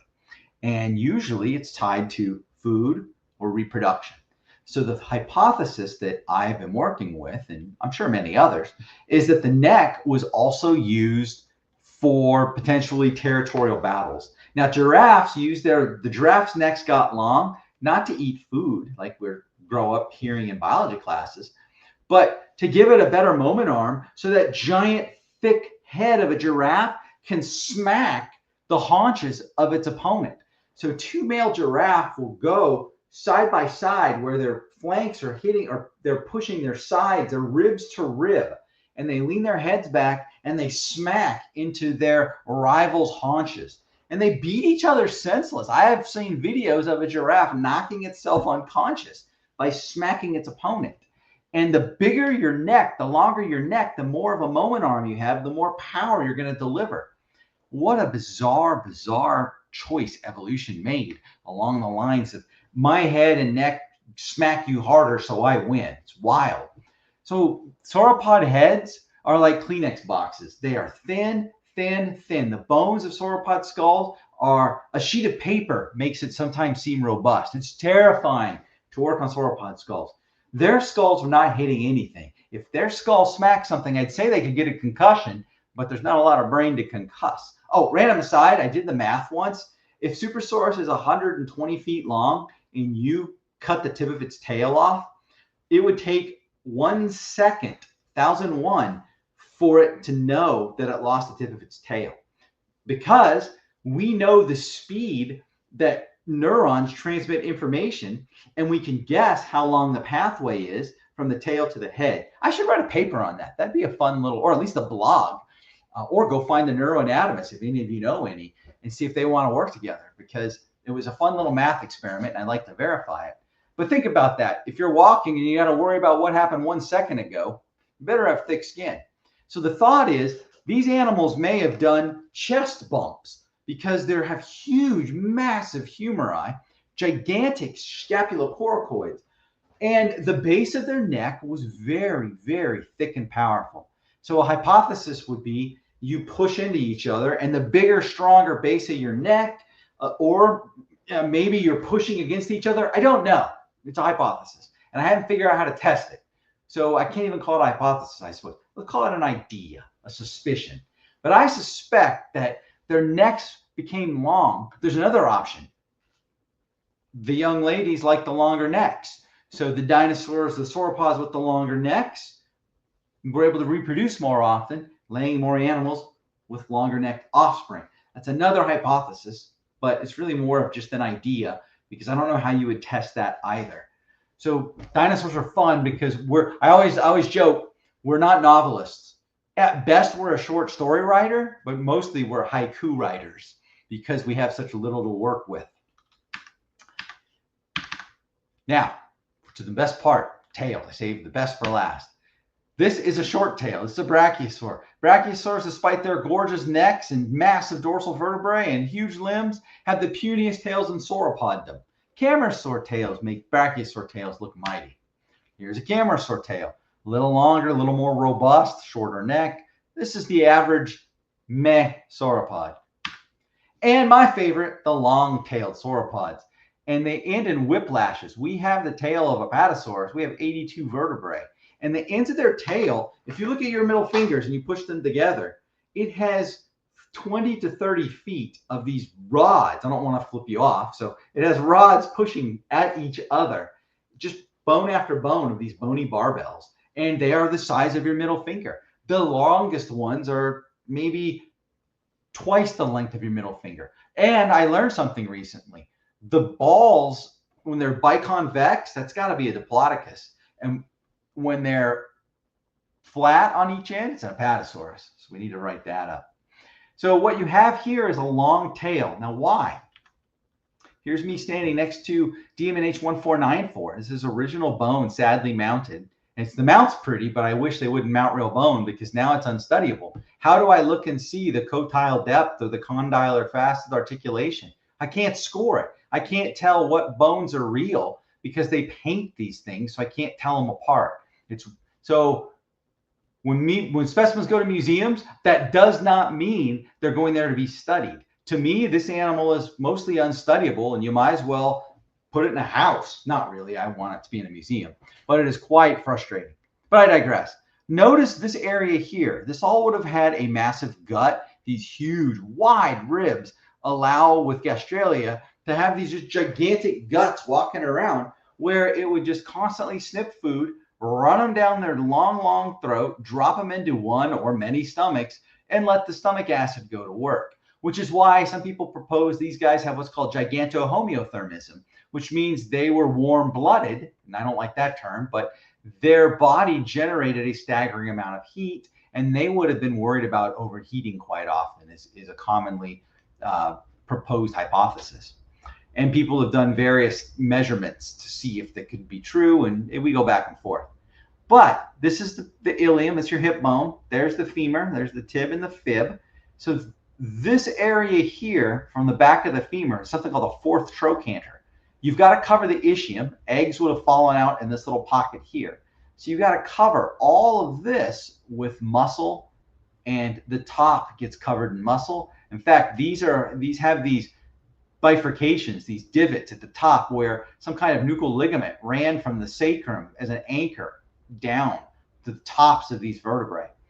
But what you have is the chevron bones, and the traditional chevrons, they're called chevrons because they're shaped like a V, like a Y with a really steep limb or really steep arms. This is what a chevron normally looks like. And these chevron bones are where muscles attach. So the back of the femur has all of these muscles, the caudofemoralis, longus and brevis, and plus a bunch of others, attach across here and make this super muscle power. So you got the size of a car hanging out on the back. Diplodocus got its name because of this feature here. You see this little blackish gap. This is actually a left and the other side's a right side of a chevron. But chevrons that looked like no chevrons ever seen by Charles Marsh when he saw these in 1877. He saw this bone and said, what is this? So he named it Diplo for double and Docus for beam, or Diplodocus as I call it. And the double beam is named from this bone. And that bone, you can see them right here.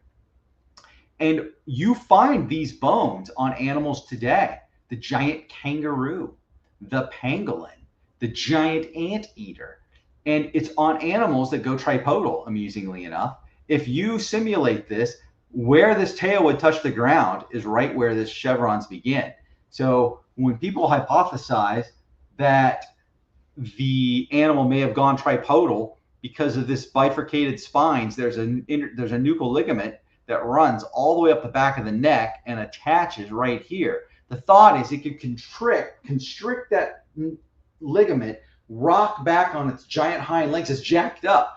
Look how small the humerus is compared to the femur. It's about 60%. So the mass, the weight, where it would, the pivot, the fulcrum is right back in here. Center of mass is here. So the one hypothesis is it could raise back. Now, why would you do that? You can't walk. You're not going to be able to do anything if you do that. One thought I like to think is it's just showing off its belly. Maybe it had really pretty, like if you've ever messed with a bombardier toad, an oriental fire toad, first one I ever touched scared me because it jumped up and it had this bright flaming orange red stomach. So maybe it jumps up to show it off. Who knows? But that's where the hypothesis originates, is these are only on, or usually on, animals that go tripodal. But the point of the tail is this long whip that goes on forever. This whip, here's me laying down with one of the tails. This is the Patasaur 3018. This here connects to here and it just keeps going. So the tail turns into a whip. Here's another one. This is an Apatosaur whip. Notice there's no balls on these. They're just flat. These whip tails are really, really long. In fact, we think we have the tail end of the whip, and at SVP this year, we're presenting on the terminal caudal vertebra of a new genus of sauropod. So stay tuned for October. Should be some fun times. We used high-end CT scanning to figure it out. We're really, really happy with the work. But what you see here is if this attached to that, it's a whip. So you're wondering, well, Brian, how effective is a whip really? Let's watch.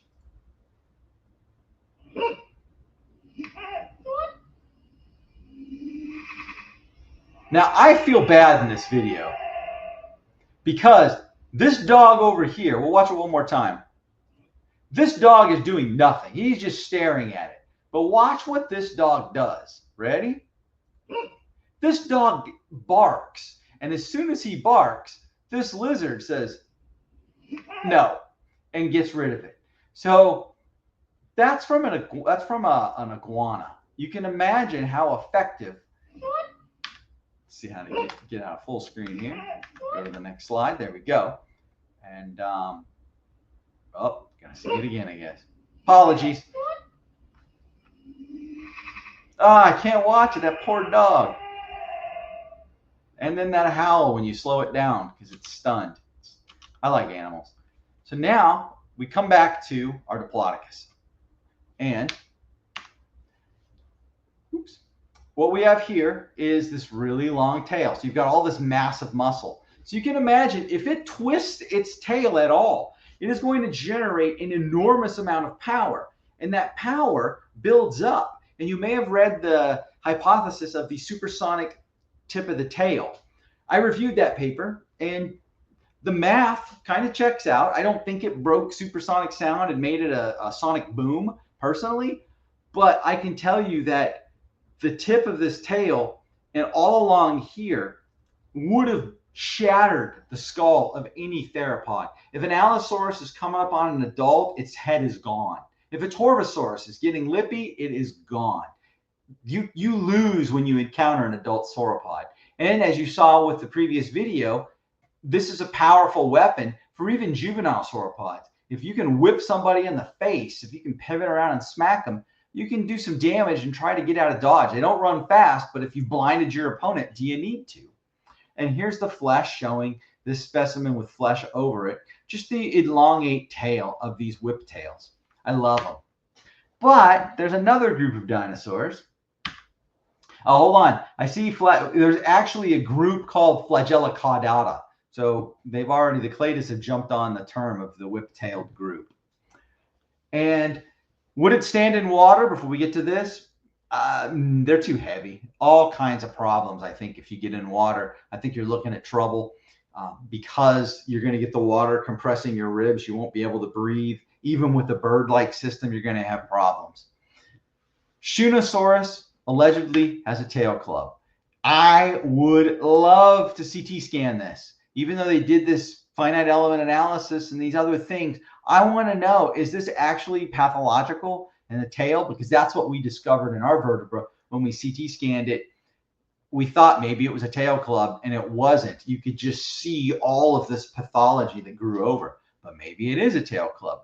The Shunosaurus tail is not a whip tail. And you see here, it's got these holes, which make me wonder, are these weeping wounds? And this was some kind of infection. But I have not been to China, and I have not touched this animal. So all I can work from is this. I'm hoping Drew can tell us, Dr. Drew Moore on Paleo Portals in August 9th-ish on that Saturday, because he has seen this material firsthand. But this is what a tail would do. It would be the end for any kind of Metracanthiosaurid like Yangchuanosaurus coming after it. And so with that, I want to say thank you kindly. I've been speaking for some amount of minutes about sauropod dinosaurs, my absolute favorite topic. And thank you to the Arizona Museum of Natural History. Thank you to Fossil Crates and Paleo Portals for all of the financial support and specimen support that they provide. All right, I'm going to stop sharing now and we can chat. All right. So I guess, does anybody have any questions for Dr. Brian Curtice? Where's the share button? You see one here, though, that I said earlier. Did it stop sharing? Yeah, it stopped sharing. All right, good. Could a pathology as evidence for tail whipping? So great question. And so one of the conundrums is, if it was being used as a whip, where are the pathological whip vertebrae? We find them, but not nearly as often as you would expect if it was routinely bashing animals in the face. So either animals learned, don't get bashed in the face, so therefore they didn't have to use them. You can think the aposematic coloration of a bright red poisonous insect saying, I am dangerous, so maybe the whiptail didn't need to be used. Or within the animal itself, it was wrapped in such scales with such thick defensive scalation that the bones rarely broke because the scales were so powerful. I think your question is asking me, could we show a pathology of a crushed Allosaurus face? I have never seen anything that would suggest it was damaged by a whip. There is the bone at the College of Eastern Utah of an Allosaur pubic bone from Cleveland Lloyd that has a hole in it that a Stegosaurus spike fits nicely in. So one hypothesis is that the Stegosaur let the Allosaurus know he was unhappy, and that's a possibility. But that's speculative as well. It certainly matches the facts, but there's possibly other things we could come up with as to why that happened. Great question. And I saw that pop up. If the KT extinction didn't happen, would duckbills get into sauropods? And I don't think they would have. And it's only because they had so much time to do so, and they never did. Sauropods did it early. When the little prosauropod running around with the two small arms, somehow it managed to go quadrupedal. And it would just require a lot of changes. Give it another 60 million years, another 100 million years, like if they didn't go extinct. It's quite possible. It's possible. I mean, we know it happened before with a different clade. The difference is it happened within the Sauropodia and not the Ornithischia. And you're thinking to yourself, well, Triceratops is quadrupedal. Ankylosaurus is quadrupedal. So the thyreophorans, the hadrosaurs, are kind of quadrupedal. Anybody's guess. It would be fun to imagine if you like Google Dixon would do after the dinosaurs. What if dinosaurs didn't go extinct and the hadrosaurs did morph into sauropod-like critters with those long, their necks wouldn't have been as long, but they would have had the skulls with the neat crests. That would be pretty cool. I should get some artwork drawn up of that. That's a neat idea. You're like, And Amanda, let me go back to you here. If Shootosaurus didn't have a club, oh, no. I see what you mean now. That's the hypothesis I have, but I haven't touched the bone, so I don't know.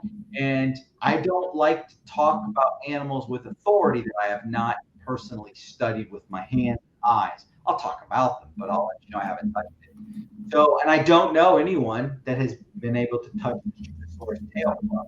But in August, we will certainly find out. And August 9th, we will find out. The sauropod stomp, or what is that exactly? I mean, wow, everything just left my mind. Paleo media, they do show sauropods like rearing up on their hind legs and stomping down on predators, or even the famous Brontomerius with like the kicking artwork. So let's go over the first one. The American Museum of Natural History mounted their Barosaurus in their hall, jumping up on its hind legs. Though it is spectacular, it's spectacularly bad strategy if you are trying to defend your juvenile. And they don't just jump up. It's not like hopping out of a chair. An animal that large has got to do, if you watch an elephant, like the one that jumped up on its hind legs, it thought about it for a minute. If an Allosaurus is coming in and they're fast, it won't have the time to go tripodal and come down crashing. If you're going to crash a tree, sure, but you're never going to hit anything. It's like a tank trying to swivel its turret to shoot you. It just has no chance if you're right up on it. You're too slow. And it couldn't kick to the side, but if you have gigantic hind limbs and hind ends, you have a huge trunk, and you kick backwards or forward, if your arm or leg impacts any meat eater, the meat eater is dead. It's broken. It's damaged heavily. Because you can imagine a wrecking ball if it punches forward. And they have claws. They have 3 claws on their hind legs and 1 big claw on their forelegs. So these claws were fairly blunt, but they have them. And to imagine getting hit by any part of the sauropod, I liken it to let a bus bump into you. I got bumped into by a big whale shark. I was watching them feed, and they swim in this cool little diagonal angle, and they just rotate in these figure eights. What I didn't see was the one behind me doing a figure eight until it ran into me. And thankfully, it didn't swallow me. Out. Instead, it hit me and sent me about 10 feet, and it just bumped. It did not malicious. It just bumped into me, and I went airborne flying. I didn't even know what happened. I'm filming, and then all of a sudden, you see the camera goes crazy. Blair Witch Project style found footage. And then I'm like, what happened? And I didn't know. It was terrible. Then my shoulder hurt for weeks. It was terrible. But a sauropod, an adult sauropod, is impervious to you. Nothing. It doesn't worry about anything. Baby sauropods, I think they laid them in huge clutches of eggs, huge eggs, 60, 100 at a time, and like sea turtles. Because how is a sauropod? How would a supersaurus take care of a 4-foot-long baby? It can't. So the thought we have is squats down, dumps eggs, digs a hole with its 3 claws on its hind leg, squats down, drops the eggs, walks away.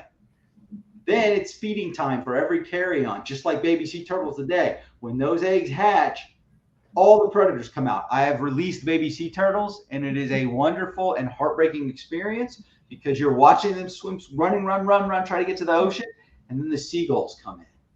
And then as soon as it gets in the water, the crabs are grabbing them. And then as they go further, the fish are getting them. So what, 1 out of 100 sea turtles makes it to adulthood? Everything eats baby sauropods. It was the menu item for if you were a predator, sauropods were on the menu. and it makes me sad.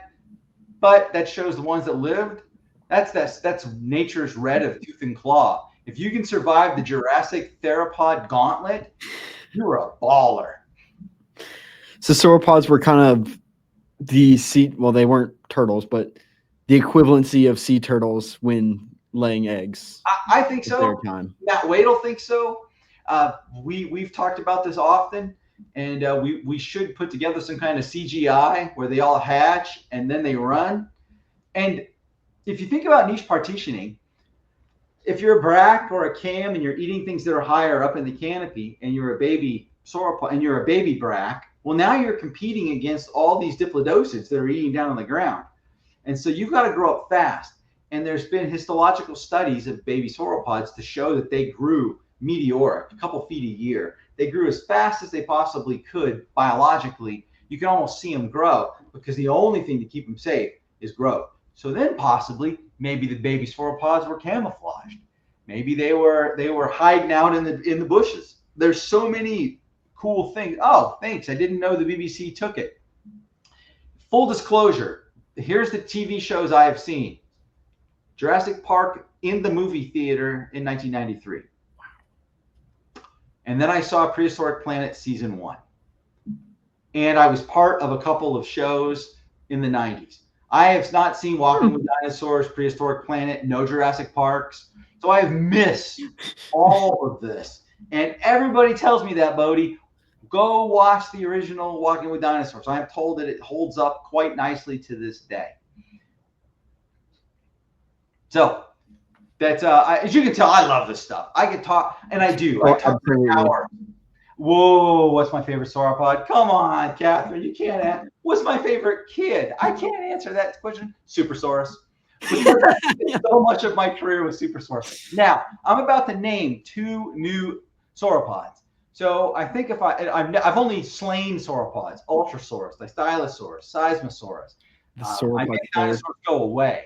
So I need to offset my yin with some yang. So I'm going to be naming some dinosaurs finally. I'm a lumper at heart, so it takes a lot for me to say something is a new genus. And so maybe those will be my favorites. One of them I found and dug up and left. And so now 31 years later, I'll be describing it. Long time, I'm sorry. But that's all cool. So it took a long time to dig up. No, it only took, I found it in 94 and it was out of the ground by 97. And it was prepped by 97. Only a couple of years. Yeah, and then I left to another graduate program, and I graduated and didn't get back. Any common misconceptions about sauropods that you can correct? Just to Catherine, I would say Supersaurus is my favorite, though I love all of them. Common misconceptions. So I don't know, because the folks that show up on my social media or that I meet in person or at Paleo Portals, they don't come with me with the same wrong or outdated information that they do with other animals.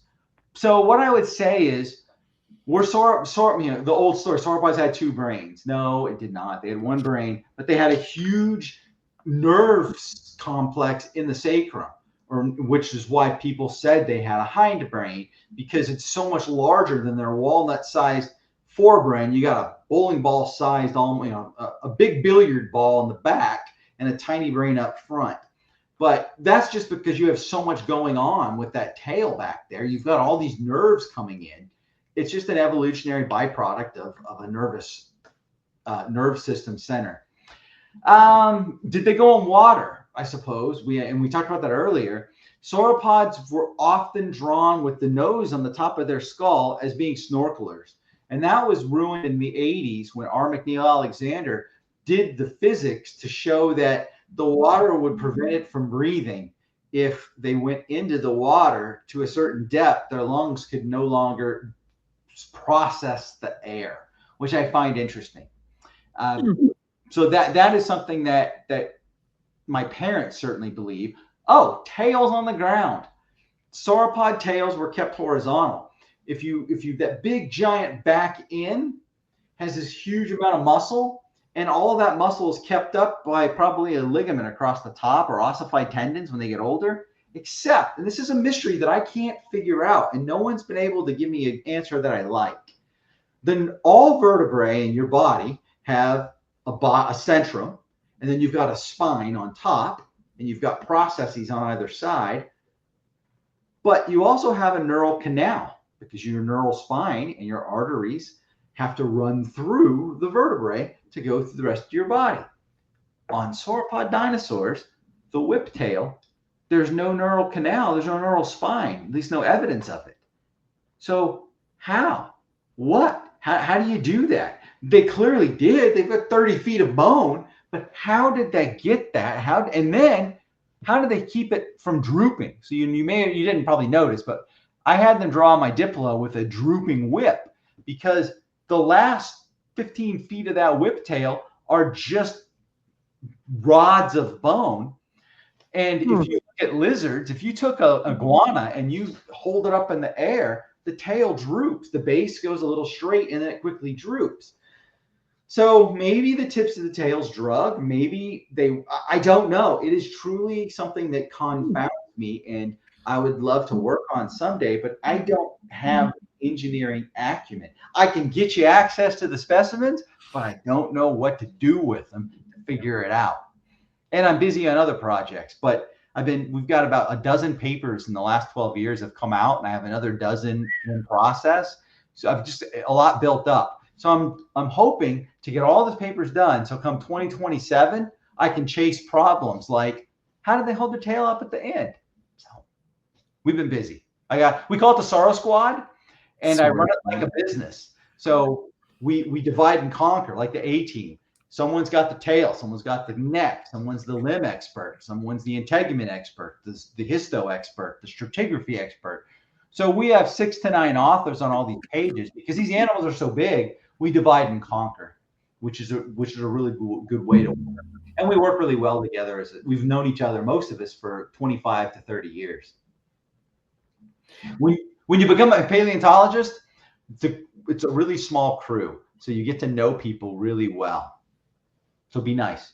You bond with your crew very early on. And you get a cohort of your graduate people, and then the people that are in your region, Southwest, Northeast, and then you go to conferences and you find other people that study your stuff, and then you go to their museum and you hang out and you tell stories, and sometimes you drink a lot of beer if you're a beer drinker.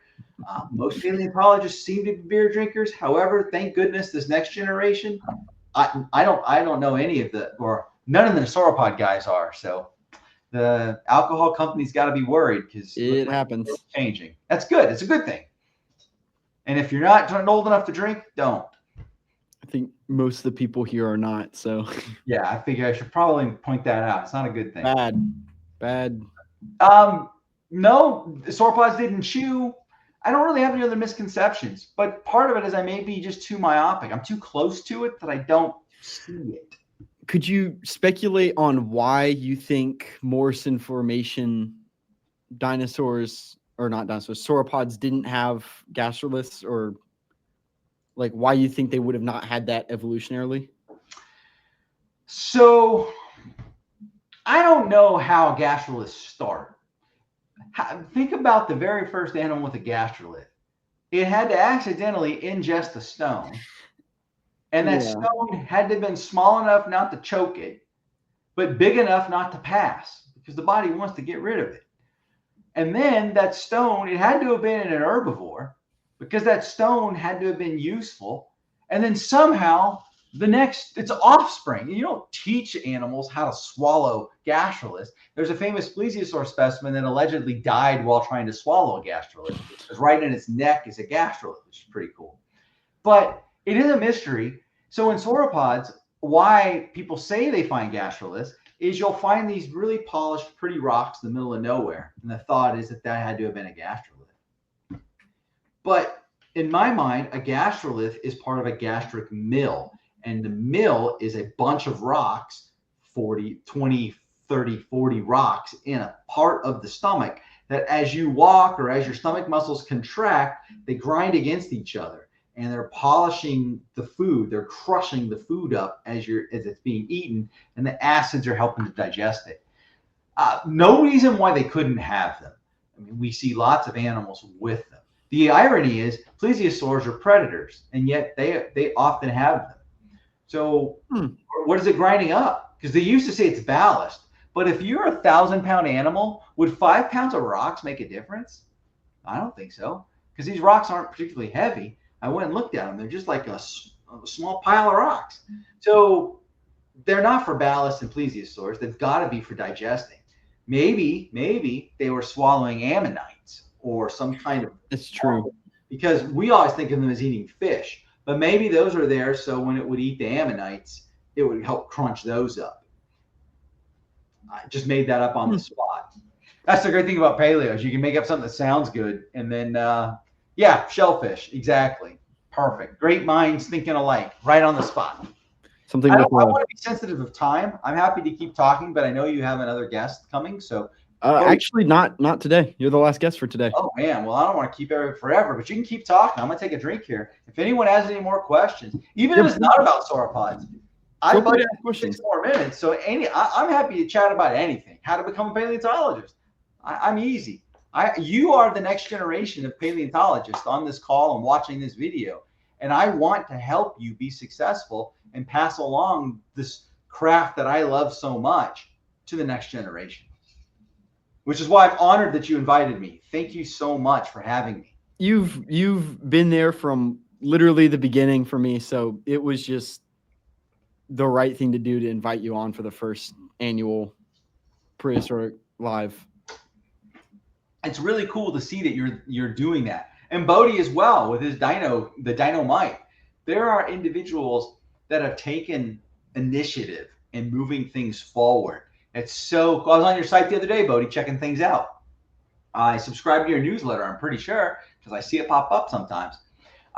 It is so cool to see the youth leveraging tools that will be with you forever, regardless of if you become a paleontologist, if you go into anywhere you go, you're learning. Like you're streamcasting. Are you kidding me? I tried to do this with Zoom, and I struggle.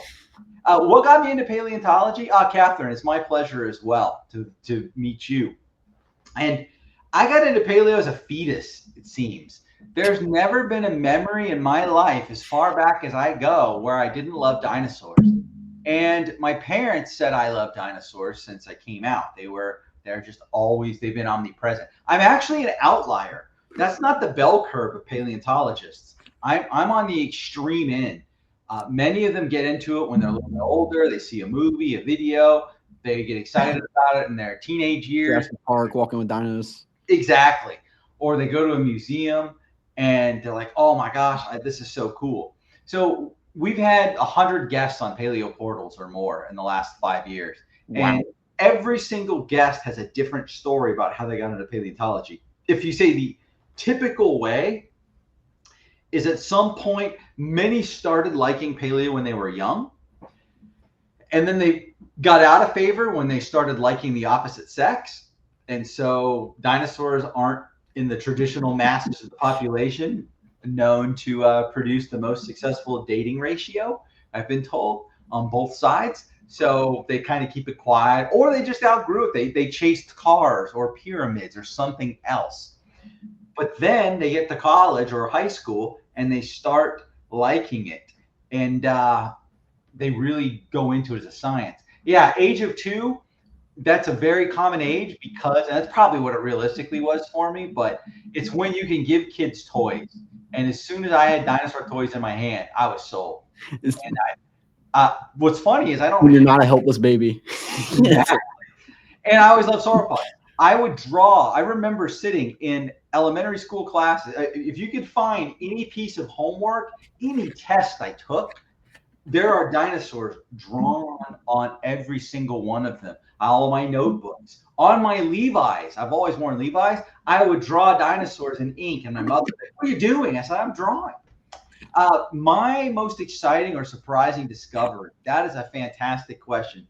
I have a couple. Probably the neatest, the most was in, I'm sitting, I don't like heights. I don't like to say I'm terrified of them. I want to be positive. I am height averse. We'll phrase it that way. And I can agree with that.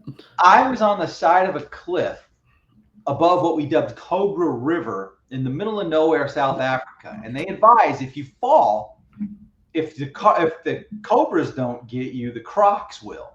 So it was more than gravity steep. The hill was extremely steep. And Scott Sampson, Dr. Scott from Dino Train, Kathy Forster, the Triceratops queen and a Rahuna Avis fame from Madagascar.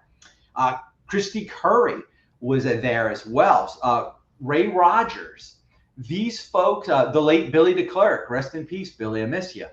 These folks were on the hill and they were like mountain goats. They're looking for fossils because we had found fossil fragments of various ornithopods, little tiny dinosaurs on the side of the hill, and they want to find more. Well, I want to cry. I actually found a spent bullet casing and tried to convince Scott Sampson that it was a sauropod tooth because they're long, and because I didn't want to go looking for it. And they're right up on top. It's easy, Scott, no problem. And then I was dejected. So I found a little piece of dirt where I could sit down without worrying about falling. And I just settled in a little ledge, a little bench on the side of this hill. And I've got pictures of it somewhere. The hill is crazy straight. And I just stuck my ice pick, because you always have an awl. And I'm just stabbing the ground like I'm going to be here all day. I'm terrified. I can't get up. I got stuck at the Irish National Monument and they had to help me. That was a disaster. So I looked down, bad move. And all of a sudden I hear tink. And I immediately knew what that sound was. That was the sound of metal on bone. I'm like, whoa, you got to be kidding me. I figured it was metal on a gun shell, but it sounded like a tooth. So I took my awl and I so gently popped the matrix up and I could see the teeth. I'm like, are you kidding me? So I go, you never uncover the whole thing like you see in the movies. So I go a few inches to the left and I have the front of a snout. I can just see the little premaxilla. And I go a few inches to the right and I've got ribs. A few inches to the right and I've got a femur or a long bone. And then I've got tail and then I have nothing. So the whole jacket was probably like this big around. And remember, I'm on the side of a hill, so anything I'm carrying is going to be nightmarish. Back then, I had my hand. Yeah, I had a 6-pack instead of a keg, so I was in great shape. It was wonderful. The right kind of 6-pack. And while they spent the day climbing up and down, and they kept going over, and I didn't tell them what I was doing. They just assumed I was a crybaby in the corners, terrified. They just let me alone. I dug up what turned out to be the holotype of the dinosaur that was named by Kathy Forster recently. So it was a complete dinosaur. And that was really cool. Ayuku is what its name is. And never name a dinosaur that starts with the letter I, because it looks like a small L. You can't tell. Anyway, don't mix L and I to get an I and L when you're naming a dinosaur.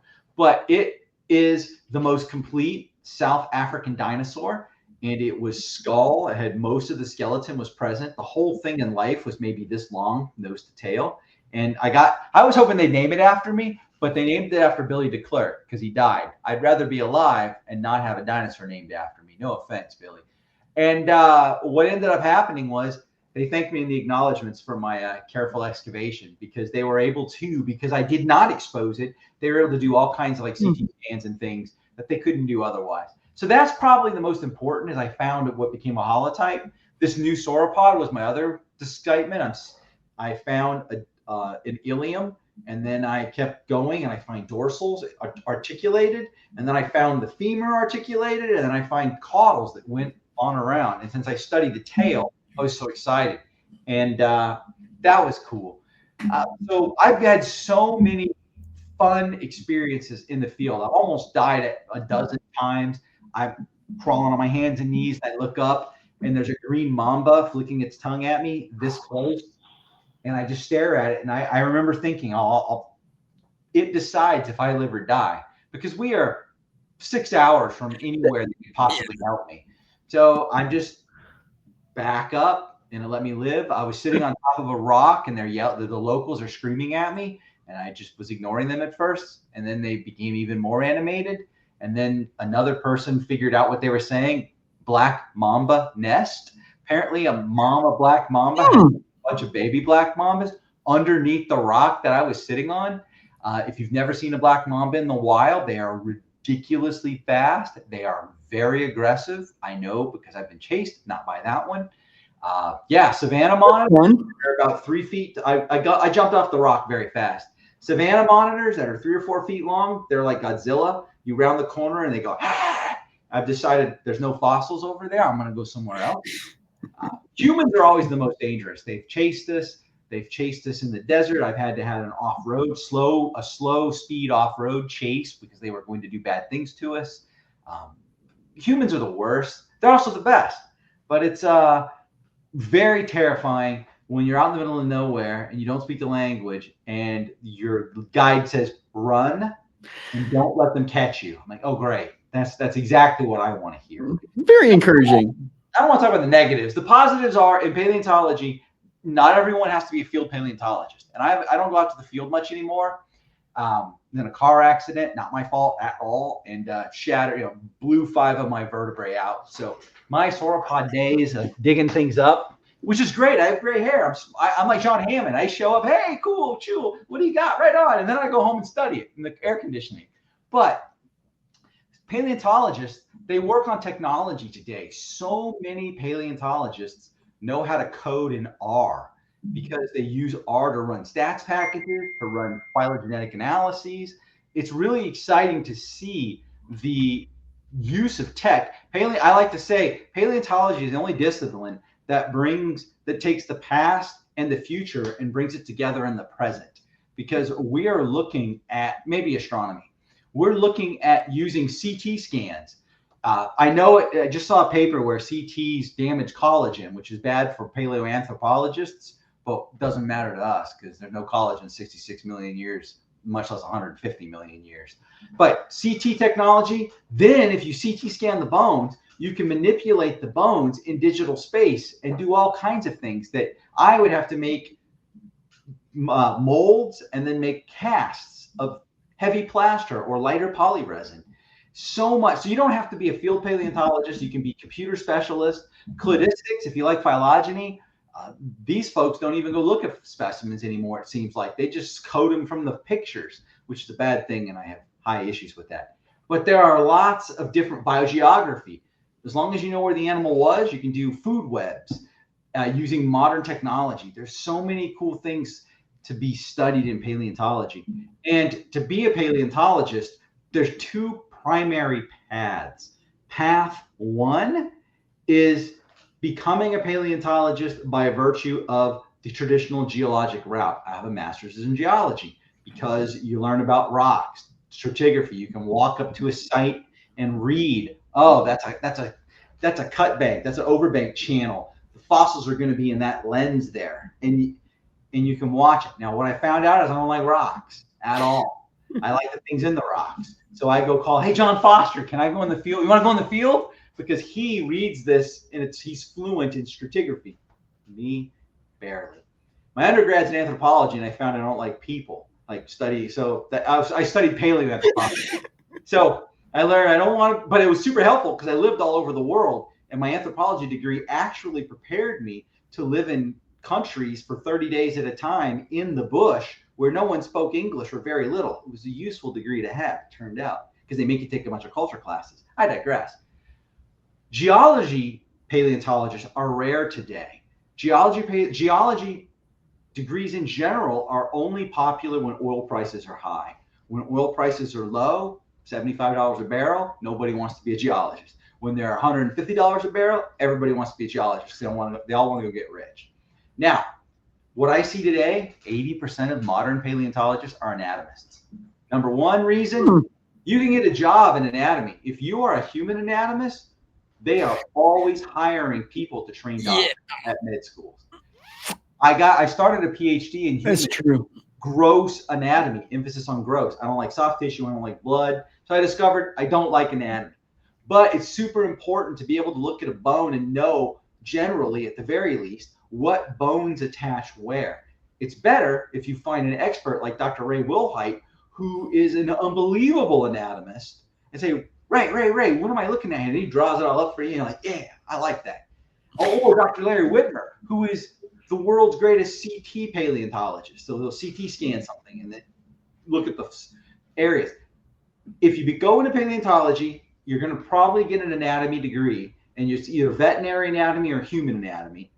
And those are likely your two paths. And then you're going to leave and teach at a med school for a while to get money, because you need money to live. You might end up at a museum, but museum jobs, you only get them when somebody dies or retires. Museum jobs, how many new museums have they opened in the last year? Yeah, it's One, maybe. And there's hundreds of out-of-work paleontologists and all the people that want a job. What happens is they'll go hire the most expensive paleontologist they can afford, and then that person's job opens up, and there's this power vacuum. So you can tell when like a Yale position opens, like when Jacques Gautier leaves, for instance, because there's going to be, this guy's going to move here, this gal's going to move there. Everyone's going to move around and trying to move up in university prestige. It's really funny. But back to how to become a paleontologist, you don't even need degrees. I know so many independents because, like the youth of today have shown me, you have access to most PDFs. And if you don't, you can always reach out to someone like me or the author. But if the author's passed away or the document's old, That's true. Most every paper ever written I have on a PDF. So what's cool is you can now read all the literature. Gunnar Bivens, John D'Angelo, they are brilliant, and they're undergrads. They're not in grad school programs, but they read the literature. They go look at museums. So my best advice, if you want to be a paleontologist, go volunteer at whatever museum is. If it's the Yarn Museum, go volunteer there, because museums all speak the same language. There is a vernacular, how things are accessioned and deaccessioned, how items are cataloged and curated. And all of these components are very important if you're going to study specimens in collections. You need to know how to comport yourself in a collection. So what we love to see are students who have worked in museums as volunteers. Or if you're going to be a field paleontology, go work in a field. Go. Do not pass go. Please spend $200. Give JP Cavicelli your money. He's out at the Casper, the Tate Museum in Casper College in Wyoming, and he runs like a 7-day field program that I would have, if I had the time, if that's the one field program I would make the time for. JP's amazing. They work on awesome stuff, and he shows you everything, and it's inexpensive because the college is subsidizing it. Dr. Julian McHugh at the Museum of Western Colorado, or Dinosaur Journey in Fruta, she has a 2-day field program and a 1-day field program right off a highway that gives you experience. So if you think you want to dig dinosaurs, Elevation Science is another great place to go. The Morrison Museum of Natural History with Matthew Mossbrucker, amazing. Jason Shine and Skywalker at the Elevation Science, fantastic. The opportunities today are amazing, but you have to have money to get there. And there's no grants for those things. So go make some money off social media. I'm trying. Yeah, monetizing it's tough, but I live it as well. Yeah, I mean, like you said, just working in even the smallest museum it's something amazing. You can put on your resume. I mean, so if you love paleo, here's another thought, because some of you that may watch this, or some of you live, you may be in another career and you're established. The world's greatest sauropod paleontologist that will ever live was Jack McIntosh. He was my mentor. He was Yoda. McIntosh had a day job. He was a nuclear physicist at Wesleyan University. He worked on, but his passion was sauropods. He got a PhD because of the military and world wars going on. He ends up studying physics, got his PhD, brilliant, one of the smartest people I've ever met. And he got a PhD in a whole career working in physics. But every summer, he spent all of his vacation time and free time in museum collections. So that's a way to do it. We routinely work with independent people because they have specialists. Let's say, for instance, that you are an extraordinary statistician and you like dinosaurs. I have a job for you. Or you are an excellent, you know how to use Maya, the 3D software. I have a job for you. You want to be on the paper? I just have a person who loves ArcGIS. And I spoke with Merlin, and Merlin is part of a mapping project. Merlin's incredible. But now Merlin's going to be probably the lead author on a math paper on a dinosaur quarry. So lots of opportunity. Ah, yes. It's who you know. If you know me, I will happily introduce you to people. And that's one of my favorite. I joke, my skill is actually being a middleman. You want to do this? You want to study stegosaurs? Oh, well, let me put you in touch with Mossbrucker. Let me do a warm email. Oh, you want to get access to this animal? Well, let me see if I know anybody. And I'm usually, I joke, I am 2 emails away from any paleontologist that studies dinosaurs in the world. And so far, that's proven true. Bodhi, if you can get rich, marry rich, have wealthy family, people forget that dinosaur paleontology started by wealthy doctors and people that Pretty like to much. things. So we started as a gentleman's science. I don't see any, and we're becoming that again as funding has been cut from government changes. So many jobs are being not so much lost as not replaced. So when people, even in our museum, we chose to not fill a role because the budget's not going to be there in 6 months. So we should probably not hire a person that we may have to let go. So it's so tough. It's funny you say, Jack, you met Jack Horner. I worked with Jack Horner in 1993. I was out in Montana looking for dinosaurs and went to Egg Mountain and ran across him in Shoto. And it was super cool. So I went out and hung out at Shoto's camp. I had a great time. Met Pat Druckenmiller was there. And that was so much fun. It was just, he's an Alaskan now. I doubt he remembers me, but he had a big impact on me. And Jack was hilarious. And It was, you're mentioning, blank on the name right now, but they were a nuclear physicist. McIntosh, yes. Oddly enough, my uncle does nuclear field. I'm pretty sure he's a security inspector kind of guy. He goes around lots of stuff. He met Jack Horner on a plane, and he just randomly invited him out to a dig. And he and a buddy found I think they said the largest Cretaceous mammal. Nice. Which something like that, Delphodon. Just never know who you run into. And some paleontologists are really friendly. I'd say most. We love. Yeah, we should be. We're just big kids. We never grew up. So I met Jack. Jack was awesome. And he was so cool and friendly. But boy, is he taciturn at the same time. He had not mean, just a gruff side. But wow, was he great in the field. First grade project. So teachers, I get requests when school's in session. I always know when it's 4th grade dinosaur time because I'll get a dozen or more students and 24 teachers from around the world or the United States emailing me asking if I can help out. So that's why I have the video chat with a paleontologist option that you can rent me. It says 30 minutes, but it's always an hour because I know that my time's valuable, but the ability to, who knows if my conversation sparks in me what Jack Horner is able to do to help people out, or Jack McIntosh, or other folks that are just give back. I want people to, if you're not a paleontologist, cool. I want you to go and have an appreciation of science and understand how it works. Understand that in paleo, nothing is final. We're always researching and finding new things. And it's a really fun, incredible experience. I love what I do. And as you can see, the fossil crates has been pretty cool in making cool. The newest is these Majungasaurus. We're working on all the Madagascar animals. So we're giving back to charity. So what we've done is I got the rights to make all of these cool casts. And then every time we sell one to a museum or a collector, we give a huge amount of our revenue to the Ankesi.org fund.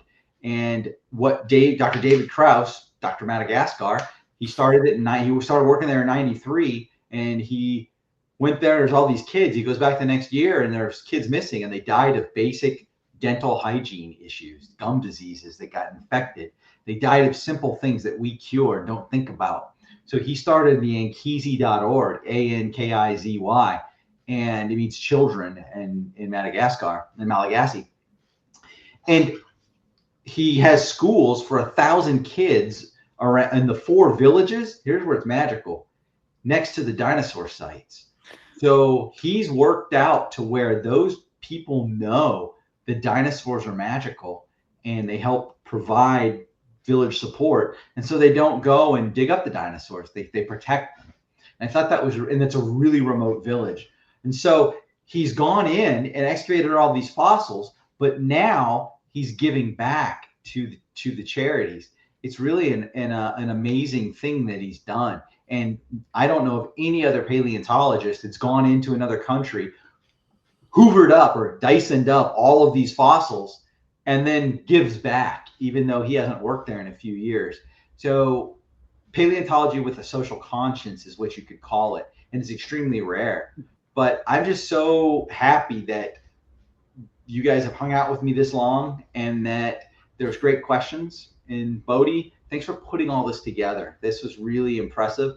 And when you do it next year, please reach out to me. And if I'm around, I would love to come back and chat with everyone, because I like to talk. I'm garrulous. And if you do Zoom, I'm happy to interact live, or next time, if there's a way that you can flip the switch and everyone on the Streamcast can interact with me, I'm happy taking live questions. I have no problem doing that, because people are cool, even though I didn't like anthropology.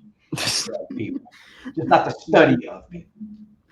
Yeah, studying people is a different thing. Then you have to be around them. I gotta say though, the anthro degree, I got in the field. I was able to excavate fossils. I had to learn how to tell a human fossil from an animal fossil. And pig teeth are evil. The Wi-Fi molar pattern on humans looks like it on them as well, on pigs.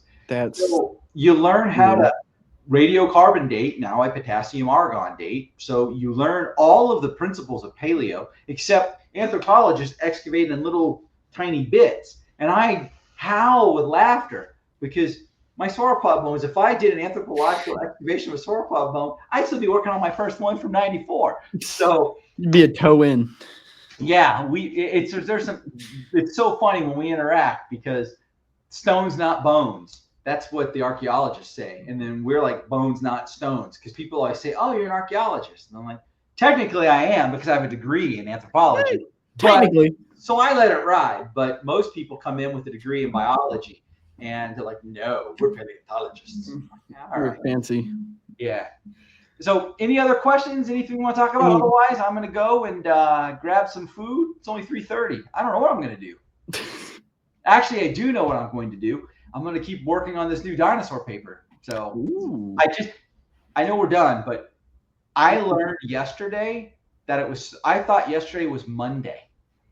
So imagine my surprise. I feel that. That's why I reached out to you to make sure, because I've gone through an entire week where I didn't sleep much and every day felt the same. And I just thought it was just one long Monday. And all of a sudden it's Thursday. I've never lost 4 days like that. I've lost 2. I'm like, what the heck happened? So I've been there. Yeah. And when you get to college, when you get to grad school, there's days you're like, wow, what happened? But thank you all. If you ever have any questions, don't hesitate. Brian@fossilcrates.com. Come join us on paleoportals.com. It's $10 a month, and you get an hour a month, and it's actually 2 hours a month of hanging out, plus access to all the old videos. And it's live in Zoom, where you get to raise your hand and ask questions and talk to the folks. And I take requests. So if you're wanting to go to grad school and you want to work with a certain professor, you let me know, and then I magically get them on as a guest. I've placed 3 grad students and put 4 people to work in museums because they told me what they wanted. I work for you. Thank you all so much. Enjoy the rest of your weekend. Bodhi, thank you for all you do. And Eric, thank you for everything and for reaching out to me initially. It's been a wonderful relationship, and I look forward to working with y'all when you're paleontologists down the road. When you see me at a conference, please come say hi and tell me where we met. If anybody should be thanking anybody, it should be me. You've basically kept me in this, because I was like, I think like 2 years in when I met you, and I was just like I was like, I don't know if I can even keep this up. And then I was like, this is a real paleontologist I'm getting to talk to. Like, that warms my heart, because I just want people to be successful. So yeah, Catherine, shoot me an email. We can chat sometime and figure out what you're up to. If you've got a first grade class, I believe I saw earlier, let's chat. All right. Thank you again I never know how to leave. So good luck, good hunting. Thank you kindly. Adios. Thank you for coming on, man. Do I just close it at this point? If you want, I mean. Okay. I'll leave the studio. If you need to go, you need to go, man. Have a good day. Well, I hope you all enjoyed the first day of Prehistoric Live. Remember, we do have 3 more speakers. Wow, I can't speak. We have Daniel Mossy, Seth Sorensen, and Jimmy Waldron. Sorry, forgetting everybody from Dwaba. Dinosaurs will always be awesome, for short.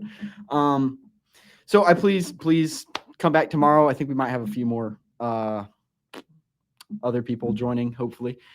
But I hope you all enjoyed today. And if you did, please go say something nice on social media. If you didn't, please stay off of social media. But if you have questions for any of these people, you will be surprised who just responds to you if you just reach out. So just they're not strangers. They're not rich billionaires that will never respond to you. Just shoot them a text and they will be happy to answer your questions. And again, all of their information is on my website. You can get to any one of their websites or information from my website or from the Prehistoric Live website. But I want to thank all of them for coming on and giving up their time or sleep for one of them to speak to y'all. And I want to thank y'all for buying tickets and actually coming on to witness this, the first annual Prehistoric Live. And I mean, I hope everybody has a great afternoon, morning, evening, night, whatever time it is for you. And remember, keep it prehistoric. And I'll see you all tomorrow. Goodbye.